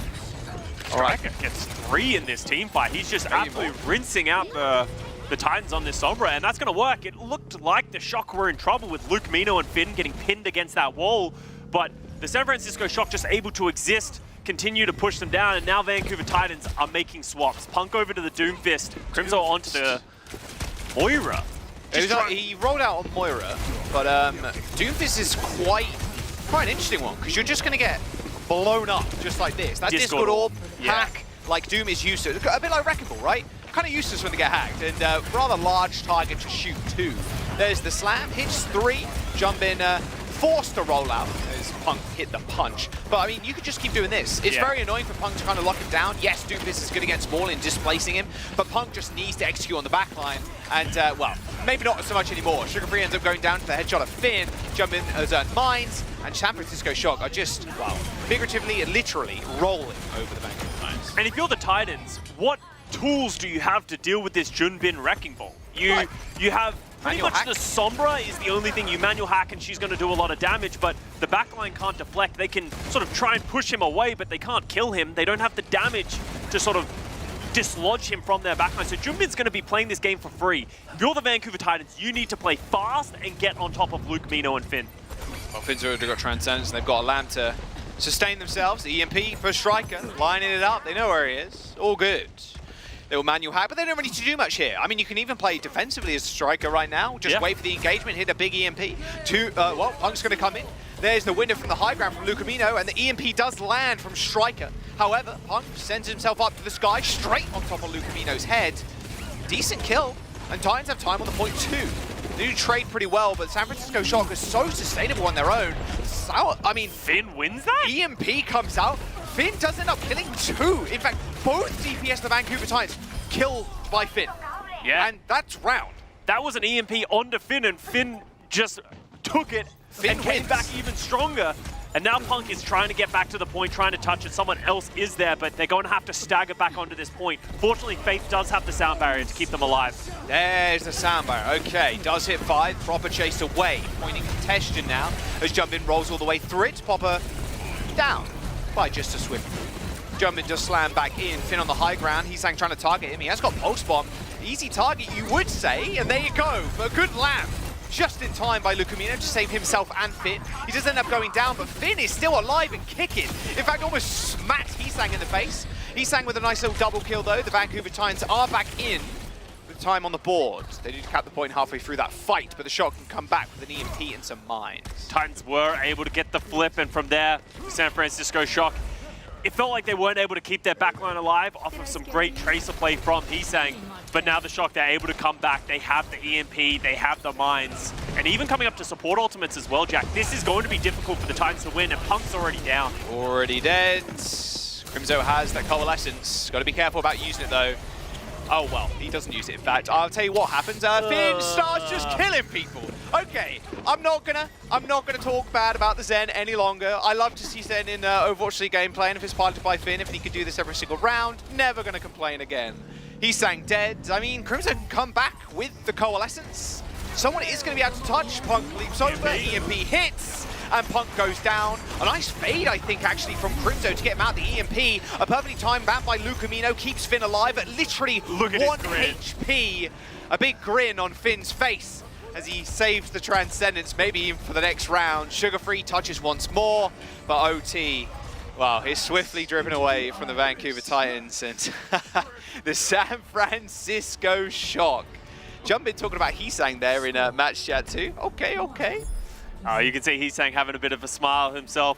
And the San Francisco Shock absolutely doing something different. This is a style the Vancouver Titans aren't going to be used to playing against. The Wrecking Ball hasn't been picked up by many teams at all. Pretty much only the San Francisco Shock. Jack, you speak small amounts of Korean. Fill me in. It's not that good. What? It's not that fast, I can't do it. It's not that fast? Okay, well, we're just going to have to assume. He was talking to Heesang and he said something about Busan being a good map, I think. I can't really. Chat's gone, my brain doesn't work. We need to cast now. Well, it is talking about Busan and this being a good map. Zenyatta does work on this map most of these points because of the long sightlines and how hard it is to get onto the Zenyatta. They're going to play it once again as we head over to downtown. The exact same compositions. Vancouver Titans going back to the Winston Tracer Sombra. Yeah, I mean, this is going to be much harder for Finn to survive. But same with Punk, apparently. Jumpin taking infinite damage. Couldn't quite get the fireball there to roll away. Manual hacks, easy kill. I like Crimzo on the Ana too. It's going to make Jumpin's life a little bit more difficult. I mean, if you do get slept, it's easy to get away with the ball, but I mean, if you line up some additional CC, maybe the hack, you get some more damage in. We'll stop him from going in once again. Finn tries to step forward. They have to use the lamp very early from the San Francisco Shock as the first flip goes to the Titans. Oh my god. Okay, Finn is farming right now on the Zen. He is. So many final blows. 6 final blows to be exact. 6 and only 3 deaths. And that's the thing that stands out to me. So far, the Vancouver Titans haven't been able to punish this greedy pick of the Zenyatta. Zenyatta's very easy to dive if you can get on top of them. But what happens is if you don't get on top of them, the Discord Orb and the damage, it's going to be too much. Oh, Jumpin couldn't even pile drive it there. That was unfortunate. He was up on that high ground. Punk and Sugar Free pretty low. They take Mega Health Pack room. Proper though, with a good first pick on to Faith. And that's going to slow everything down once again. And this is more time for Finn to get up to this Transcendence, which makes it obviously harder to dive. Sugar Free is coming up to the EMP, but so far in this map, he hasn't been successful every time he's had an EMP and dropped it on Finn. Sleep, nade, pulse. Oh! Trade it. But Finn still gets a kill. Don't worry. Finn is still farming. Like, that is just ridiculous. Again, that was a sleep, a nade, a pulse bomb used to just kill Jumpin. EMP does land, Scott, but it lands onto Punk. Instant nano applied by Crimzo, good heads up play, and now Sugar Free trying to set up for an EMP onto Finn. There it is, Finn doesn't quite get the lamp in time or that ultimate off. He's eventually taken down, but at what cost, Scott? The Vancouver Titans struggling to get onto this point. Yeah, Jumpin is still alive, just rolling around. Oh, the flip does come through. That's Minor mistake really from the annoying. Shock. All of a sudden, they might just have to give this fight up, and that's what they're going to do. Yeah, well, if Jumpin touches there, then Striker was there to touch more. It might have just led into 8%. Finn comes back with the Transcendence. Right. It can snowball down away from the Titans, but fortunately, they do get the flip. So now, how did the San Francisco Shock get back into this fight? Good nade. Mid falls as well. Oh, hello, Punk. Yo. Ooh. Oh, he sang. Okay, he sang. And now Punk has arrived. And now he leaves. Okay, see you later. Oh, huge nade. Everybody's won, man. Oh. Punk, go in. Yeah, go in, please. You haven't got primal. Just kill 3. All right, so San Francisco Shock. Now, this is where this composition gets difficult. They're walking into the open arms of the Vancouver Titans. So Finn is going to have to route around in a way in which he can sort of not have to pop the Transcendence instantly. You can see Jumbin, Striker, and Proper trying to create that space, but they're getting so low. Heesang squaring up to his old teammate there in Proper. Jumbin slept. Jumbin slept pretty low. Pulls him in the hand of Heesang. Hack does end up wearing off, and there's the fireball. Rolls away, but not quick enough. Scott couldn't reach Mach 1 speed as the Vancouver Titans still control. Gaining the lead now, in fact, as Sugar Free lines himself up for an EMP. 99, there's 100%. Aim is good.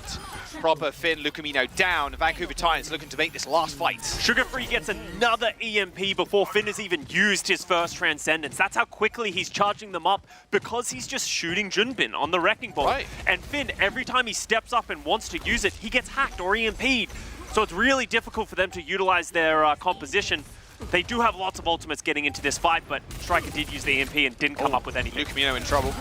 Very low. Yeah, did get a Orb of Harmony there from Finn to keep him alive. OT is triggered by jumping. But again, Crimzo just anteing him as well. Yeah. Window on the on the low ground, sorry, and there's Striker already dead. San Francisco Shock have to touch. They have ult. Transcendence, there it is. Finally. Used, pushing on points. Those mines are going to be keeping Titans at bay, at least half the point. Pulse Bomb still available by Isang. A beautiful stick.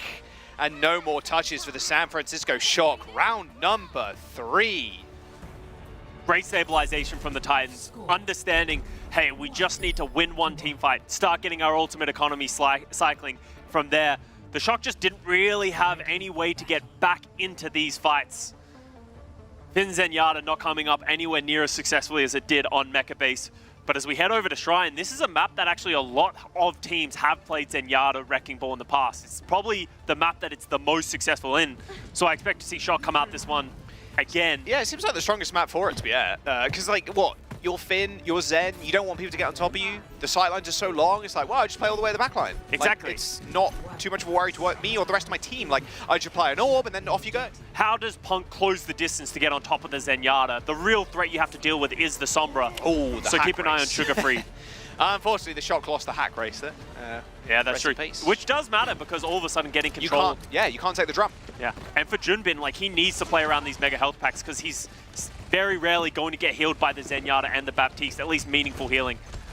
Yeah, maybe a couple of right clicks on the BAP and maybe an orb. You can see the Titans corralling the backline of the San Francisco Shock. Junbin's trying to counter dive it actually. Yeah. Does a good job. Good slam. Lamp burned. Lucamino in trouble. Hacked, anti, but he's still alive somehow, some way. Jumping, he's just, God, he's playing Super Monkey Ball right now. Like, he's just getting booped all over the place. He's taking Crimzo, cleaning up some kills, and the Vancouver Titans with a decent position again. Taking that high ground control too was actually very important. I don't want to say the hack mega health pack was what led to the fight win, but allowing Crimzo to just sit on high ground like that at super long range, if he's not healing, he's just popping shots at Finn and Lucamino. And they're just going to keep moving around the map on the outside, just trying to find the shortest distance to ever get on the back of Finn and Lucamino, because that is the crux of the San Francisco Shock composition. Junbin's trying to find any targets to get around on top of, but he's just, as you said, playing swinging. Super Monkey Ball. Yeah, he's going around. He's flipping all over the place, but I mean, he needs to find a target to jump on top of. Probably just taking a chunk out of Punk at the moment. Yeah, trying to find something, but doesn't want to attach the Pulse Bomb, knowing that a Nano Boost could come out. Yeah, you got to expect Crimzo's got it already. Of course, we know it was a couple of percentage points away. There you go. Jumping now, trying to get onto the point, but again, hacks. Punk goes in with the Nano, forcing Finn away, he just pops the lamp, but no, nice. Just crushed the almighty Winston, jumping on top of Finn's head. I mean, there's not much you can really do about that. It's just a quick reset here, but Punk messes up, 9 HP. Oh my, that could have been a disastrous kill actually. Jumping managed to take care of Punk there, maybe they roll out again. Isang throws Pulse out, all good, you can farm another one rather swiftly. And Shock, they stacked 5 ults, Scott. Yeah, because they haven't been able to take an effective fight. Can't do anything. They keep losing a member before the fight even happens because the Titans are doing such a great job. Now Sugar Free with an EMP, he's looking for Lucamino and Finn, but Faith down proper gives them an opening. Real good Pulse. Now, the question is, do you commit any more ults? You've used mines, you've used Pulse, probably not anymore. Nice little seep from Crimzo, can't get the kill. There's the recall, cleanses all. And with the Titans claiming 85%, one big EMP could do it, but the Shock's backline, they got to stay strong, Scott. They got to stand tall here. Fortunately for them, they didn't have to use the Transcendence. That is going to be the key. Can Sugar Free find the EMP, take down Finn before he can use the Transcendence? But Strike has an EMP of his own. He might see the Titans starting to step up and drop this EMP. Look, he wants it. He wants to go for the Winston. He doesn't even want to hit the backline. It's so hard to hit the Winston up here, though. Yeah. I mean, you can get a manual hack, but yeah, Punk just puts bubble down. But even then, if you EMP'd him, you have to get in a really awkward spot to actually shoot the Winston on top of that drum. But he didn't even need to do anything or kill him. Right. He dissuaded Punk from taking that forward momentum, so therefore he's done his job, and it didn't cost the San Francisco Shock anything. Punk makes the same jump again, tries to get on top of this barrel. As I said, just trying to close the distance to the Zenyatta. There's the Nano. Straight to the back line. In fact, Striker's going to actually meet him there. The recall's pretty good. Again, dissuading Punk. EMP does land, but he gets out. He still had the damage mitigation, Scott, from the Nano boost. Here comes the rally. The Vancouver Titans out squaring up with their own EMPs. Jumping afflicted by the hack. Same with Proper, but they're still alive. A missed Pulse Bomb could be disastrous. The Vancouver Titans cannot find a single kill after using almost every single ult. The point San is almost Francisco ticked. Shock, though, are so low, Scott, and the point, yeah, is almost flipped. They have to stay on it. Junbin trying to just juggle his weight onto the point. 85% for the Shock. Well, sorry, the Titans. The Shock are nearing that. He's and Sugar Free end up finding the kills eventually. A heavy ult investment from both teams as the Titans make this the last fight. Finn and Luke Mino need to stay alive. They can't fall. I mean, Emmanuel Hack is good, but what enough? No, there's the Lamb. Finn still shooting, but Punk pops the primal. Lucamino Finn down. Jump in there to touch the point, but it's only Striker for backup. An easy hack. And it should be all she wrote. The Vancouver Titans with a 2-1 victory on Busan. Just able to live through the onslaught of the damage backline with Luke Mino and Finn. It looked good from time to time, but you can really see the weaknesses of why people don't try to play this Baptiste Zenyatta everywhere, because it can be very difficult if the dive is just effective. Punk and Sugar Free did a phenomenal job of just corralling them into a corner, and that either the backline steps forward into a trap, or Junbin gets left on an island alone. So that's what you're trying to juggle, and Vancouver respond effectively. And I do love seeing the Zen. That's all I'm saying. I wonder if any substitutions are going to come through from the San Francisco Shock going into the next round, or next map even. Yeah, because you can't play this Wrecking Ball Baptiste Zenyatta on all of these maps, especially Escort and Hybrid. There's too many chokes. It's not as open. You can't have those long sightlines that really enable Zenyatta.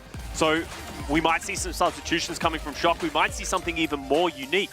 Maybe just accepting that they're not great in the Winston Tracer Sombra dive and trying to play to their own strengths. I mean, that's what you need, especially at this time in the game. You have got just this week, and then, oh, well, brand new patch drops pretty soon, right? So everything changes. Exactly. So maybe you're not too worried that you can't stand up to the very best with the Tracer Sombra dive. Big questions for the San Francisco Shock after this break. Are there going to be any subs? Who are they going to play? That's the question. Numbani, Circuit Royale, Colosseo, Ilios to round this one out. This is going to be a 5-map banger. I already know it. We're going to jump to a quick break. Don't go anywhere. We'll see you in a bit.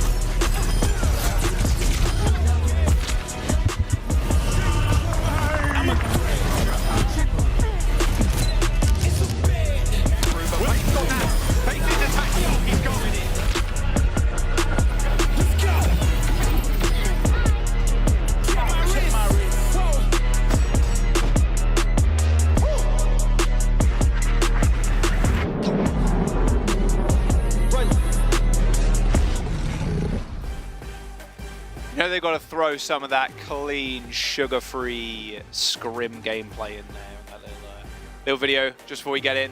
Vancouver Titans, Scott. They're up to, they went 2-1 on Busan. Upper map already. A little experimentation from the Shock. Not enough to stand up to the almighty Vancouver Titans. But the San Francisco Shock, interestingly, are not changing any of their players. But before we get into that, let's look at the Tracer head-to-head between Heesang and Proper. It's pretty close, actually. Yeah, it's pretty close. Obviously, I think both players having very high impact in the server right now. Almost 10,000 damage per 10. Great pulse bomb attach rate. So they're both doing their job right now. But it just felt like Proper was playing on an island almost because he doesn't really have anyone to follow up. He can't follow up the Winston. Just sort of trying to play his own game. Found some success, but not enough. But as you said, I don't know if it was just like bias or whatever, but like I swear I saw more Finn kills than anybody else. That is absolutely biased. You see, I could see your eyes light up every time as Zenyatta got a kill. Finally, he's being played. But here's the question. They're not changing any of their players, which means that they have Finn to play the flex support. They have Luke Mino, who has been playing the main support. But we head over to Numbani. Isn't a wrecking ball map for the most part. Yeah. It's very difficult, especially that first point, to attack, even on defense. So what are the San Francisco Shock cooking as we head on over? Maybe this is just the core roster we will see from the Shock moving forward. Maybe. A little bit of Ryan, maybe? A little Reinhardt? I just want to see more Ryan on this map. I really liked it when we saw Florida Mayhem played it. Obviously, London have played it. I think it's just a unique flavor of the first points. Works well on third, too. And second, kind of. Not so much. Not so much second. A lot of high ground. Maybe not so much second. I was willing to give you the third point. I'm not going to give you the second point Reinhardt gameplay. Well, you say Ball's not good, but I mean, hey, same comp. Strike is still in, so playing Sombra, they're playing Proper on Tracer, Finn on the Zen. They're just sticking with this double flex support. They're running, jumping on ball. Now, how do you really execute this here? Don't know. I'm not a huge fan of it, if I'm being honest. Like, Baptiste, we see Anna's in particular really struggle to stay alive on this point when they're on the defense because the offensive team, they can dive with the Winston, the Echo can follow through. So it's going to be very difficult to keep both Finn and Luke Mino alive. I like it. It's a different look from the San Francisco Shock, but I'll believe it when I see it that it's actually going to work on a map like Numbani. Faith. Oh, he got saved. Oh, he got scouted. Faith choosing the Brig. Oh. The Mercy, yeah. Okay, yeah, still right, sticking with it. People have been doing this with the Echo and the Hanzo. You just on first. And this is going to be hard for the San Francisco Shock because they're not going to be able to sort of hold up against the scrutiny of an Echo and the Hanzo. Like, look at Finn. He's peeking his head. He's just going to have arrows and sticky bombs heading his way consistently, and anything could take him out at any moment. Yeah, you have to be a crack shot to hit an Echo and a Mercy on that in the air in that skybox. Look at how much positioning the Titans have already taken. They've taken this short elbow coming over here. Even Sugar Free has moved all the way over to the high ground. Ooh, Junbin getting Faith is a huge pick. Okay, that's not the first pick if you want to see if you're Titans.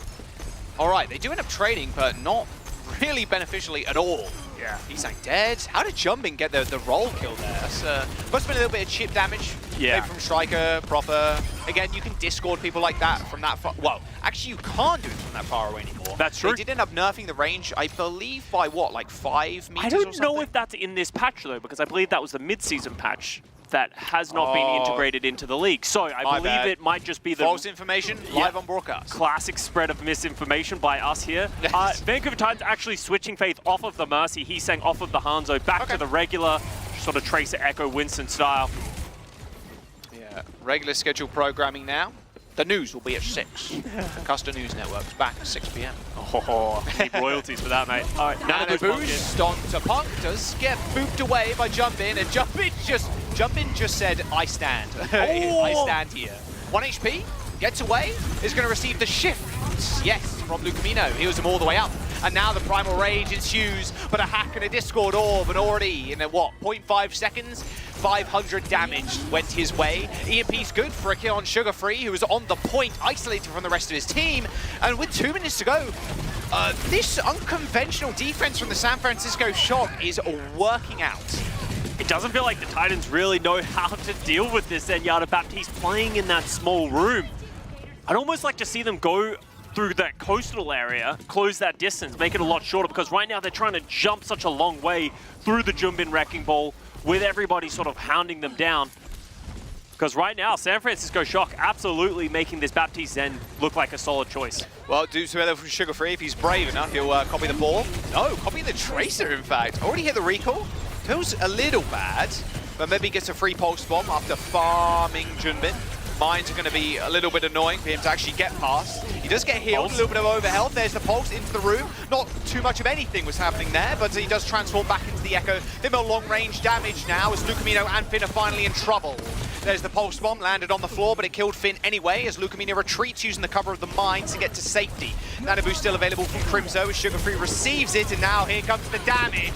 There we go, follows up on Jumpin with the help of Crimzo. And that should be the first point over to the Titans unless Striker and the rest of the gang can make it back in time. How did Crimzo get on the high ground? Did he run all the way through that hallway when they were pushing through? I think he did. He's in a great position, and that's really enabled the Titans to close this one out. Wow, I think they were expecting Striker to touch. You see Jumpin kind of rolling up there, but Striker was touching when he was invis. So didn't end up triggering that OT, or like the stall in fact, and Jumpin not able to get back in time. Would have been a good spot too, because Striker's almost near that EMP. And that was really close to a first point hold there from the San Francisco Shock. Lucamino and Finn held on for so long, just sort of holding on from that dive. They threw everything they could at them, but eventually Finn falls. From there, the San Francisco Shock didn't have too many answers. Is that mine still on the point? What was that mine? What was that mine doing? The permanent mine. Oh, really? Please no. Oh my God, please no. That is the update no one wants, in fact. Except for a few select people. Players. Yeah. EMP hits 2. He sang him Punk, and now Sugar Free with a manual hack. Proper anti, but that health pack making good work of that one, actually. Pretty nice one to hack, in fact. No one coming from the Vancouver Titans can tread into that room, not lightly anyway. Yeah, and that's just going to cause a little bit of a slowdown here for the Vancouver Titans. They continue to hold closest. Yeah, Junbin's just like rolling around in front of them. Dude, he's waiting for people to cross so he can bowl people off the edge. That's all he's doing. All right, Vancouver Titans, they do lay out the pulse bomb. But he primals. Yeah, punks upon the Primal Rage. And yeah, who's in the kill feed again? Oh, it's Finn. He goes down to a couple of swift headshots and Sugar Free falls as well. That Primal Rage force is actually quite nasty when you think about it for the Vancouver Titans. That's a big tool to get into a fight and cause some major disruption. They don't have that anymore. My favorite thing of this series so far is just watching you highlight every single Zen. He got a kill, he got a kill, he got a kill. He got some headshots, he's wicked. Everyone else Finn's gets a kill, don't care, didn't ask. As soon as Finn gets a kill. Proper 4K, Finn gets 1, look at Finn go. Look at him go. He is doing a great job on this, Zenyatta. It is hard to really sort of speak to how difficult it is to play Zenyatta, and Finn is playing it to a T. He's saying is really struggling to close that distance because every time he steps up, he's getting headshot. All right, Payload was contested for a brief moment there. I think it was Sugar Free in stealth and then popping out. Just force Shock to rotate. Same situation though, Scott. 60 seconds to go. Looking dire for the Vancouver Titans right now, especially with double support ultimate and EMP for Striker coming up. Yeah, they don't have the ability to sort of force Finn to use this Transcendent. So fortunately, Vancouver Titans have got the cart moving. San Francisco Shock have conceded that front half space, but here comes Jumpin with the mines. No slam, just the mines. Vanilla Wrecking Ball gameplay. Shouldn't really do anything of anything. Vancouver Titans, they're probably going to clear those mines away, slow things down just a little bit. It has given enough time for Striker to charge up another EMP though. Sugar Free's not too far behind though, Scott, 10%. Jim is taking infinite damage. Oh, how did that happen? Wait, what? How did that happen? Yeah. Jumpin was in that room with Striker, I guess, and Punk just randomly killed him with the left click? All right, I mean, he's got a free pulse now with Striker dead. Sugar Free can just sit on this point with the CMP. The window comes out to try and deal with Punk, but he pops the Primal Rage, and now the whole of the San Francisco Shock backline in trouble. There's the EMP from Sugar Free. Only hits Jumpin, who was antied, but he's too quick to chase. He eventually goes down to the likes of Crimzo, but with Faith on the point and the rally, he's going to be very hard to actually dislodge. Sugar Free still alive, and Crimzo too. The Vancouver Titans just standing strong. Finn is kicking, screaming at the rest of the Shock to try and get some kills, and he finds one. Sugar Free down, Faith still holding on to this point. They just can't take down Lukemino or Finn, so Proper's just able to stay on the point. Spawns way better for San Francisco Shock here, and there's eventually people start trickling in. Proper kills, Heesang, Crimzo in trouble, a nice Discord orb helps him find the double kill. And Faith, he tried so hard to keep that point contested, but the backline for the Shock just dishing out unhealable amounts of damage. And you know, we talk about how much impact Finn is getting on this Zenyatta. The unsung hero is Lukemino. His ability to keep Finn alive through these dives. Heesang was hounding Finn for what felt like 20 seconds, but Lukemino was able to keep healing him, keep him alive, forcing those cooldowns.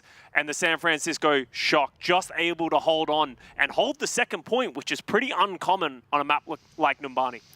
Yeah, I mean, we've seen some crazy Numbani second point stalls. Yeah. Like we saw one the other day that lasted, what, like maybe 17 minutes? Like, that was a pretty long one, to be fair. I gave enough time for Striker to actually come in, EMP, die, switch to Soldier, come back, get a kill, and they eventually they wrap it up.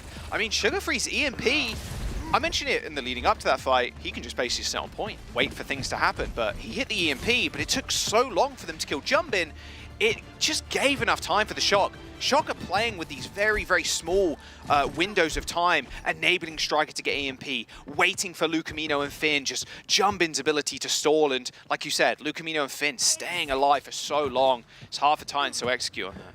And if you're Sugar Free, obviously we couldn't see his perspective of everything that he was doing, but in a perfect world, he would have been able to hold that EMP, wait for the transcendence of Finn to end, and then drop it on both backliners. That would have really dropped the hammer, but he wasn't able to do that. Jumbin falls, but it just wasn't enough. What am I looking at? What is this? What is Krusty cooking? What is he cooking in the kitchen? Junker Queen, we have Finn on the Kiriko, we have a pocketed Proper, and Striker on Hanzo. Okay, all right. No, this is... So let's try and work this out as we go through with it. Junbin stepping up, they're taking this top left room. The reason they're able to take this so freely is because Vancouver Titans can't really stand up to the scrutiny of a Junker Queen walking up through this way, the Hanzo and the Echo. The issue the Shock are going to have is finding anyone to take down, but Striker, he doesn't care about that, takes down Sugar Free. Nice little headshot. And like you mentioned, it's hard for Punk to really make space because you're jumping into a damage boost and also Jumbin's there with a giant axe. Like, good luck. Oh, Heesang's dead, and well, that's first point, Scott. Done. Almost way too easy. Just a great shot there from Striker on the Hanzo. Jumbin saying something. I think he said where. Where? Maybe. How? How? How? Where? What? Why? I mean, now we're seeing Striker. Okay, he does switch over to the Sombra. I was curious if he was going to stick on Hanzo. It's quite nice sight lines, to be fair. Yep. On this point for the Hanzo, but I mean, you're looking at a giant time bank. This part of the point's pretty easy to take. Just one EMP on second might just do it. And a double diff. Look at the giant grin on his face. He knows what he's done. Anyone who's ever played Kiriko has had the exact same moment. You're just throwing them in the general direction. I did it, guys. I did it. But that's so bad for the Titans because that's less time for Sugar Free to get up an EMP of himself. Striker's already caught up to him, and now they're going to have the duplicate, the Kitsune Rush, the Valkyrie. They're going to have so many tools. And as you said, Jack, final fight. And a good angle here from Proper might result in another kill if the Vancouver Titans aren't careful. A duplication. Everything in the tank ready to go. Finn does teleport away. He's getting chased. Someone help him. They can res that though. Yeah, surely. I mean, the Valk's popped. Like, there's no way you're not resing that one. They're just going to march on forward. I mean, that's one already down. Also, keep an eye on Junbin's ultimate, the Rampage. If he can hit the backliners with it, Vancouver Titans will have no answers to that. Good reactive bubble there by Punk, but not exactly the place you really want to use that one, to be fair. You want to use that on an engagement, not just Proper, just turning you to mincemeats. There's the Kitsune Rush, and now here comes the charge of the Shock. A hack, in fact, an EMP hits 4. Shock grounded. Proper no chance to hit that dupe, and the Vancouver Titans held off for long enough for Sugar Free to EMP. And now comes the cleanup. A couple of staggers here will be nice for the time bank. Oh, an EMP in return from Striker? Is there any follow-up at all on this? I don't think there is, no. But it does force the Titans all the way back, so no staggers on the Shock side either. And now Junbin does have that Rampage. The problem that he's going to run into is how does he even hit Crimzo with this one? He's sitting on the back high ground and they have no one to stop him from being up there. One person Rampage. I mean, you're just looking at Faith. Yeah, if you're just looking at Faith. If you get Faith, all good. Axe swing straight through Punk's hitbox. At what point of the Shock do you start thinking, this is taking too long, this is costing us too much time, maybe we should start making some switches? Because right now, it doesn't feel like they have many answers to what the Vancouver Titans are doing because the backline can just play so safe. Yeah. Every time Junbin steps up, he's getting biotic grenaded, and Luke Mino's stuck on a Mercy. He's such a suboptimal pick. Yeah, it really is. Valkyrie available, don't worry. And now look who's retreated to high ground. Faith, he used to rally on low ground, they won the fight, he retreats, and now who do you Rampage? Anybody that gets Rampage, to be fair, they get Nano. So, yeah, a bit of an odd situation. Or you're just going to offensive Nano. Why not? Suzu on the ground to save yourself. Finn running away, trying as he must. Lucamino is healing him, luckily enough. Punk does manage to get out, but not quite quick enough. Look at disappointment on his face, and I'll be disappointed too. A Kitsune rush from the high ground, and those kunais be flying. Crimzo in a little bit of trouble. You don't want to dice with Finn, that's for sure. And yeah, even Sugar Free thought better of it. A kunai and a swift melee onto Heesang finishes him off, and no touches for the Vancouver Titans as the Shock take Numbani. Crucial mistake from Punk, just overstaying his welcome, trying to get too much value out of that nano boost. After he goes down, all of a sudden, the Vancouver Titans just don't have that looming threat of a Winston dive. And the San Francisco Shock drop all their ultimates, and the weird comp prevails. Yeah, just that one pick. Just that singular pick on Punk, that's all it took. I mean, was there a Rampage? Not sure. Didn't matter in the end. And that's the big thing with the Queen. Then that was the big problem, stepping up and just getting naded constantly. Yeah. It worked really well, to be fair, on 3 HP. On this one. Oh. And then look at this. Heesang tries to step up here to try and punish it. Slams it. Gets got. Shot. It was really nice timing from Lucamino there. The regenerative burst, giving that instant HP when someone's below 50. Pulse bomb on the bench. Have a seat, Finn. Thank you. And I'm liking what Shock are doing right now. Obviously, Shock they have been on a downtrend. They have been. Fans are still resolute. They always will be. And that's great to see. And it might be even better to see if Shock take the win here today, because the Vancouver Titans are again on an uptrend. It feels like the match yesterday, Scott, with Gladiators very much tumbling down right now, with the Vancouver Titans surging up. The Shock felt the same way. We're going on to map number 3 now, Scott. Circuit. Now this is going to test Shock.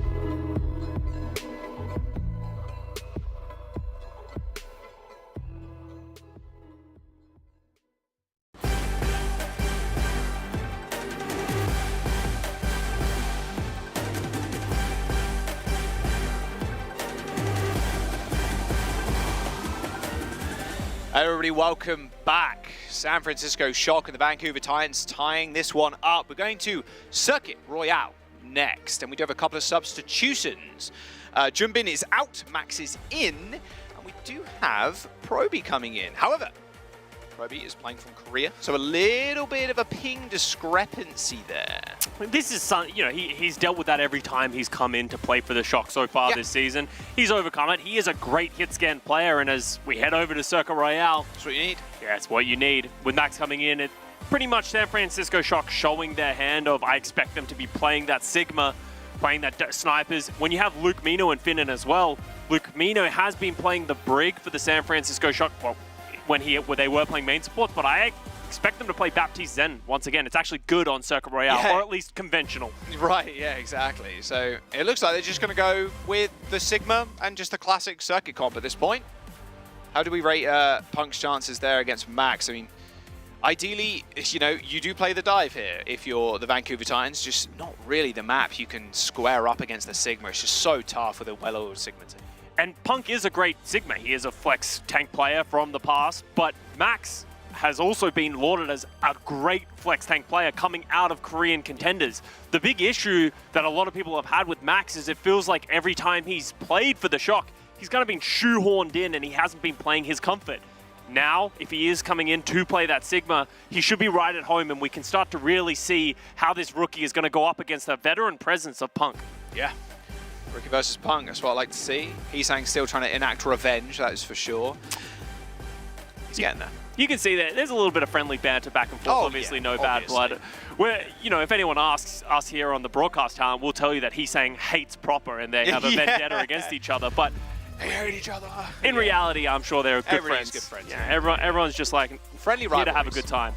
Circuit Royale, Colosseo Leo says the map pool. If you forgot it, or you've only just joined in. If you have only just joined in, what have you been doing all day, man? We've got some good Overwatch coming, and I'm just saying this could very well go to a map number 5. Shock need this win. We're we're 1 day away from this big break, and then we have the patch. Like, this is a time to get some wins to guarantee yourselves that playoff spots. The Vancouver Titans have just been up so big over the last couple of weeks, like stonks through the roof. And we spoke about the Vancouver Titans yesterday when we were saying, well, they are kind of the gatekeeper team of the middle of the pack. So this match is actually interesting in that vein because it's, well, where is San Francisco Shock? Are they in the upper echelon or are they in the lower echelon? Because they've really flip-flopped so much throughout this season, most of the time being in the lower echelon. And the San Francisco Shock, they're going to finish with a nice seeding because their next 2 matches against the Vegas Eternal, twice.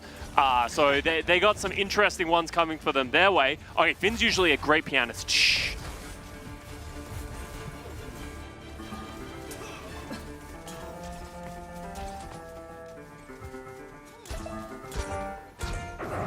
Proby! Oh my God! The beautiful symphony from Finn ruined in a mere microsecond.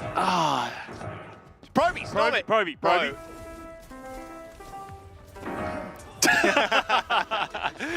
How to get subbed out after a single match. Ruin Finn's Pause the game. Someone call Krusty. Get him out of here. Get him out of here, man. All right, let's have a look what Shock are playing then on the offense and obviously on the defense for the Vancouver Titans. A little bit of Genji coming out from both sides. Also, Finn and Faith swapping roles here a little bit. A little Zen, a little Brigitte. A little bit of difference there. Oh, Heesang. Heesang got absolutely dominated. Okay, Titans, they do be flopping. Well, Proper did cheat because he had Finn come over and give him some help and some health, but that was an overcommitment by Heesang in a big way. And interestingly enough, there is a difference in the backline as well. Finn is playing the Zenyatta, which will give them a lot more damage on the shield and on the Sigma. With the Discord Orb, they'll also have the Transcendence. While Faith, he's going to be able to keep packing the, not the Genji, packing the Echo as well. And as soon as Heesang switches over to the Echo, Proper switches over to the Widowmaker. All right. I like that adjustment. Yeah, I really do. It's going to be so hard for Heesang to really get much here. Yeah. Much done at all. But he's still going to be able to play corner, which is great. Sugar Free takes what seemingly was a body shot or a few orbs from Finn. Heals. Proper. Oh! He makes it look so easy. Great shot. Really does. And what do you do? At this point, the Vancouver Titans, they can't even hold up. They don't have a front line. They have to be afraid of the Widowmaker, and that should just be a first point capture very quick. Yeah. Oh, Punk. Rocked. Faith, what are you doing there? Headshot. Yeah, he's got bash. He's got bash. I want to see some sick. Okay. I was going to say I want to see some sick grapple shots from Proper, but no, Sugarfree shuts him down. I don't know who is the Widowmaker player for the Vancouver Titans, and if they are going to ever match, or at least try and match Proper in that one. Oh, They're wow. fluxing? I mean... I like it. Sure, to get them off the point. If they can push this objective a little bit further forward as well, that could be a huge flux. Doesn't look like they're able to punish, but they should be able to take at least a little bit of space. Yeah, Sugarfree almost went down. It's a quick flux as well. Punk's only at 67%. Yeah, that's mad. We'll see if Max can hit the lap here. Doubtful, but he could get close. Yeah, and now all of a sudden, Vancouver Titans are in an issue, especially Heesang, where they have to deal with the threat of Proper. You can see them not wanting to step into the sightlines of Proper. As soon as Crimzo peeks his head, he takes a shot. Yeah, Sugarfree, this should be a free dash up on the high ground. Does Proper take the shot? No, just pure SMG. Kept alive though as Proby comes for a little bit of moral support. Punk ends up going down. Window from Lucamino is good enough for the damage. However, Heesang is now on the field. He's replacing Punk just for the time being. A free flux, but no, actually cancelled by Finn. But Heesang still comes up with 2 kills. A scrappy fight, a little bit of a kerfuffle, but Proby on the high ground leaps into the skies. Crimzo with nowhere to run as Proby hitting the bag. Comes in, hits the tactical crouch, and we move on. Welcome to the Overwatch League, Proby. You're going to do great here. But they don't have the tank to be able to be in that front line, so Punk is going to get a recontest, finally coming up to that flux. Max almost did hit him with the lap. But now Sugarfree has the overclock, Punk with the flux. This is going to be a difficult fight for the San Francisco Shock to win. Yeah, not even a Transcendence available, unfortunately, from Finn. Sugarfree with a little bit more of a passive angle, you'd say. There's the flux around the column. There is the overclock. Lamp's dead. Still trying to peek, but no. Hands are held by Max. Lucamino in trouble. Rock and under the shield. Sugarfree takes to the skies to take Proper's head clean off his shoulders. Yeah, great play there from the Titans. Good shot. Sugarfree is looking nice on the Sojourn right now. Sort of really, once again, a testament to his flexibility. This would be a really nice stagger if he gets it. Yeah, his flexibility is kind of crazy. Oh my, another early flux from Max. Why not? Survives, hits the flux, and now they just roll up the stairs or roll up the main ramp. The question that you have to raise is, would they prefer to have this to, you know, sort of close out this second point? Because, oh, never mind. Crimzo dead. Pop the window. Proper still peeks it. Of course he does. Deflect isn't going to be good for that rock, unfortunately, but it does go a little bit wide. Proper still willing to peek the angle through the window. The San Francisco Shock now, staggering the Vancouver Titans. Crimzo's going to come back rather soon, but the tracking from Proper, making sure Heesang is kept honest, but there's the window. That's a problem. Punk's head is going to have to be careful. No body shot, though, from Proper. Does instant targets, but a beautiful reflect from Heesang. Oh, my word. Just read Proper like a book. I don't even... Was that Proper's shot that got deflected or someone else's? I don't know exactly what it was, but straight back into Proper's face, maybe going through the window and back the other way. He's saying Blade. Trying to get out cooldowns, maybe. Gets the reset. Lamb comes up. Transcendence forced, actually. Okay, you take those if you're the Vancouver Titans. And that's a lot of ultimates that the Shock are using to try and just keep themselves in fights or take a little bit of position, but it's not really paying off for them. Oh, this is 3 kills to the Vancouver Titans right now, too. Yeah. And there's only a minute and a half remaining, Jack. Because they're using so many ults to get into position or stay in these fights, what it feels like is when they get to the very end, they don't have the tools to be able to close it out and these all the way to spawn door. Nasty. Wait, Crimzo just randomly dies to Max? Okay, all good though. You push them all the way to spawn door. Max they have to go for a big reset. There's good money that Max is about to flux the Vancouver Titans. I mean, he's got it in like 2%. Yeah, I know. Come on, watch him insta-pop do it again. Oh, he does! Oh my god, Max, no! He hits him. He hits the backline too, and there goes Sugarfree. Faith 1 HP. Does manage to get the lamp in time though. Rog flung out by Max as they stack themselves on the payload, and Heesang falls. There may be a flux here, but there should be a decent amount of healing, plus the lamp to save him. What an aggressive play by Max. He's done that 3 times in a row. The aggressive flux on the first point when the cart is near second, and the point's unlocked. 2 minutes to go, pushing on to third now. Third time's a charm, Max, right? Let's go, baby. He got value from all 3 of those fluxes. This was the first time they were able to capitalize on that advantage and actually start closing through with the cart. So great play, but they only have 2 minutes remaining on this third point, and how many times have teams been stuck here because you have to find a way to dislodge the defensive team from exactly where the Vancouver Titans are. Right now, Max and Proby looking like they want to potentially go outside and match them. Actually, Vancouver Titans dropping off of that high ground. Okay. Interesting. Proper's coming up on a blade. They don't have a Transcendence on the side of the Titans. They have the Overclock, lots of ultimates to really find a lot of picks. Can be a little bit of a crazy angle too if you take it. Didn't think about Robert though. Nice rock on Lucamino. Yeah. You seen him pop the... Ooh. See him pop the lamp down, but as soon as you get rocked in that lamp, you're pretty much dead. You can see the Vancouver Titans actually playing very slowly to get those final few kills, because every time it feels like they've stepped up, they've lost members or they've had ultimates thrown in their face. Don't worry. Max doesn't have ult, but enough Proby ripping the over... Okay. All right, Proby. Yeah. Ping diff, I didn't see them. Yeah. Dude, the Shock have a lot of confidence in themselves to be able to punish this aggression from the Titans. I mean, you need that right now if you're the San Francisco Shock, right? You need to just be in your comfort zone. Play like the Shock have always played, up in people's faces, not afraid to take those duels. Speaking of which, Proper's got Blade, so is Heesang. Flopper or Freesang, that's the question. Freesang, he's still got that blade going. Proper does get bashed, and there's the blade from Heesang, straight to the spawn doors. Bashed with the Transcendence though, so two support ultimates utilised to make sure no one goes down. I say that though, as Proby is cut clean in half, and Freesang gets the kill. Oh, it is Flopper, and it is Heesang. What a beautiful way to play. And with 4 seconds to go, it's nice to see Genji, but I don't think anybody's going to be able to touch. There you go. I mean, I'm all here for it, man. If we see more Genji on Circuit Royale, a little bit less Widowmaker, and more plays like that, hey, we're in for a good time, that is for sure, on the next flip. A good halt there by the Vancouver Titans, playing up to the spawn door yet again, but this time they didn't get punished. Yeah, Titans really learning from their mistakes, expecting this kind of overconfidence to come out from the Shock, trying to use their individual brilliance to really just push Vancouver Titans around, but Heesang's got hands, Sugar Free's got hands. You got to be careful if you try and step up and you just try and out-mechanic them. These are players that will be able to match you. It's not a terrible push here from the San Francisco Shock getting to the 3rd point, but it shouldn't be impossible for Vancouver Titans to match this. Yeah, it's not exactly on the final stretch. It's not like near the last point. And I like the aggression from both teams. I mean, Heesang and Proper coming out with decent blades, forcing ults, right? Doesn't look like we're going to see that from the Vancouver Titans on the offense, at least not right now, at least while they're hovering. The Shock just going back. Widowmaker, no real surprise. I mean, Proper's just such a master on most heroes he touches, and Widowmaker is no different. There was Sojin stats for you here.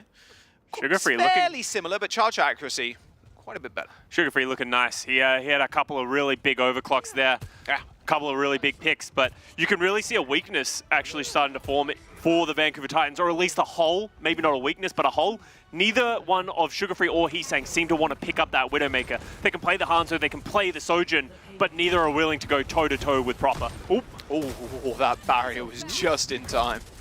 All good. Heesang on the Echo now. Okay. Even after seeing Proper on the Widow. I think he's thinking it might be easier to play the Echo because you can play around the corners and you're not sort of stuck, sort of flying around, not trying to over-aggress. We'll see if it works a little bit better for them. The Shock have so much damage with the Zenyatta, with the Sojin and the Widowmaker. Everyone on the Titans has to be careful. If they peek their head out too much, they could go down. Yeah, I mean, Zen is more of an aggressive pick. It's more of a greedy pick as well, right? But you just do have so much damage to that Discord Orb. It is ridiculous. And of course, Finn doing a lot of that himself too. Nice bit of damage onto Punk. Speaking of which, I mean, you just perma-discord Punk pretty much this whole time, and then Punk has to play extra careful. Statue control in favor of the Vancouver Titans here, which Max gets rounded upon. Nice headshot. Or it was a body shot with a railgun, but a headshot tickle Proper afterwards. That's just first point, just straight up.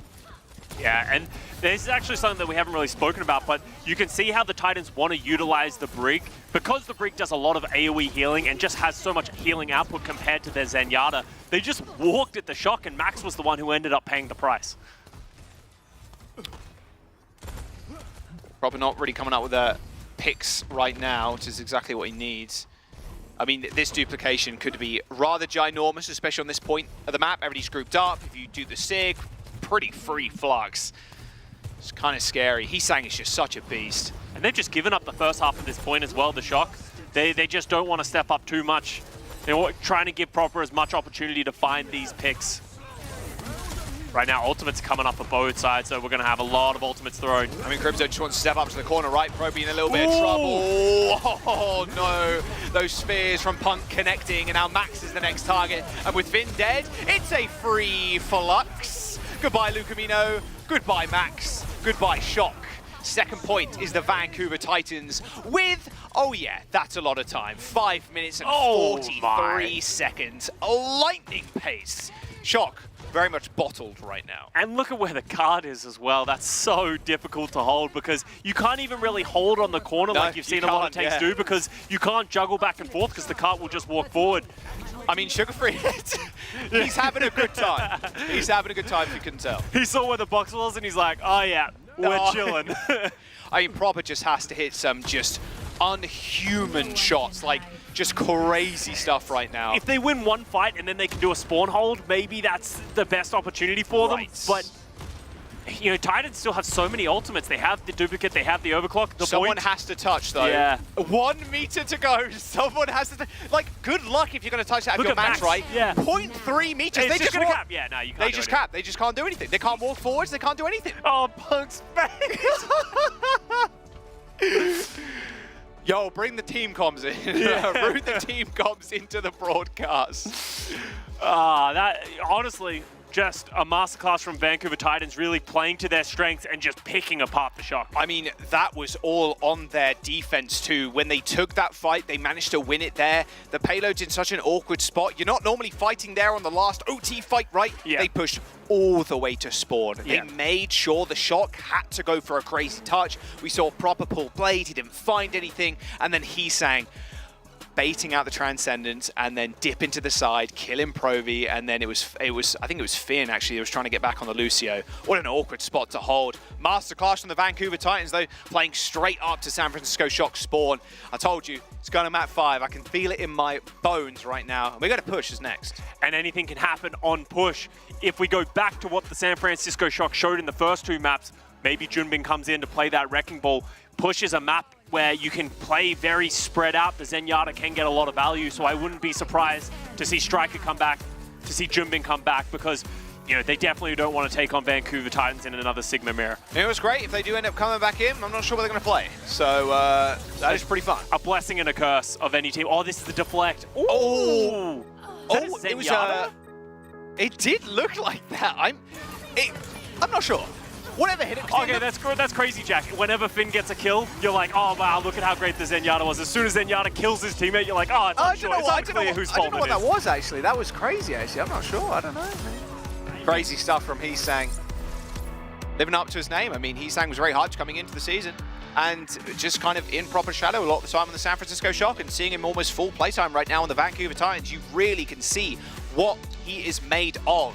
Colosseo is the next map. Are we going to see subs? We'll have to wait and find out after the break.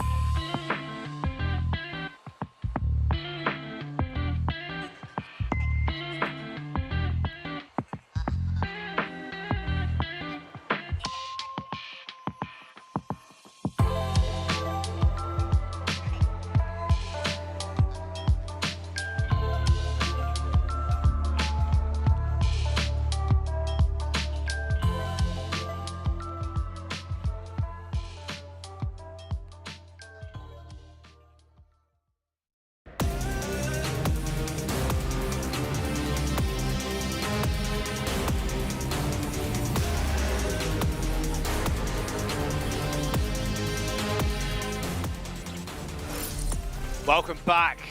He sang Genji stats for you. After that last map, final blow sitting at 7, 15 limbs, 2 Dragon Blade kills, 3 deaths. Not too bad whatsoever. Genji on circuit. Pretty unconventional, but I like it. It's been making a resurgence, especially against these hit scan snipers.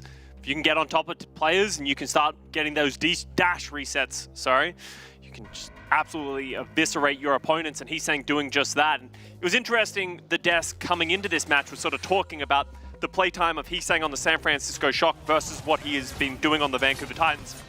And you can tell the strength of him as a player when he's able to play his comfort heroes. On the Shock, he had to play so much Sombra, and that's a very different hero. It's very unconventional, and you don't really get to show your prowess as a mechanical DPS player. Well, we're seeing it now on the Vancouver Titans. I think we did dissect in the break as well. I believe that was a Zen orb that was reflected, so Proper cannot be blamed for shooting himself in the head. Yeah, because it's like 45 damage, and then if you headshot that, it's 90 damage. But you don't have a discord, but if it's through the window, that does about 180 damage, and a Widowmaker has 175 health. So one shot from one left click through a window. It's crazy. It's crazy. Maths, everybody.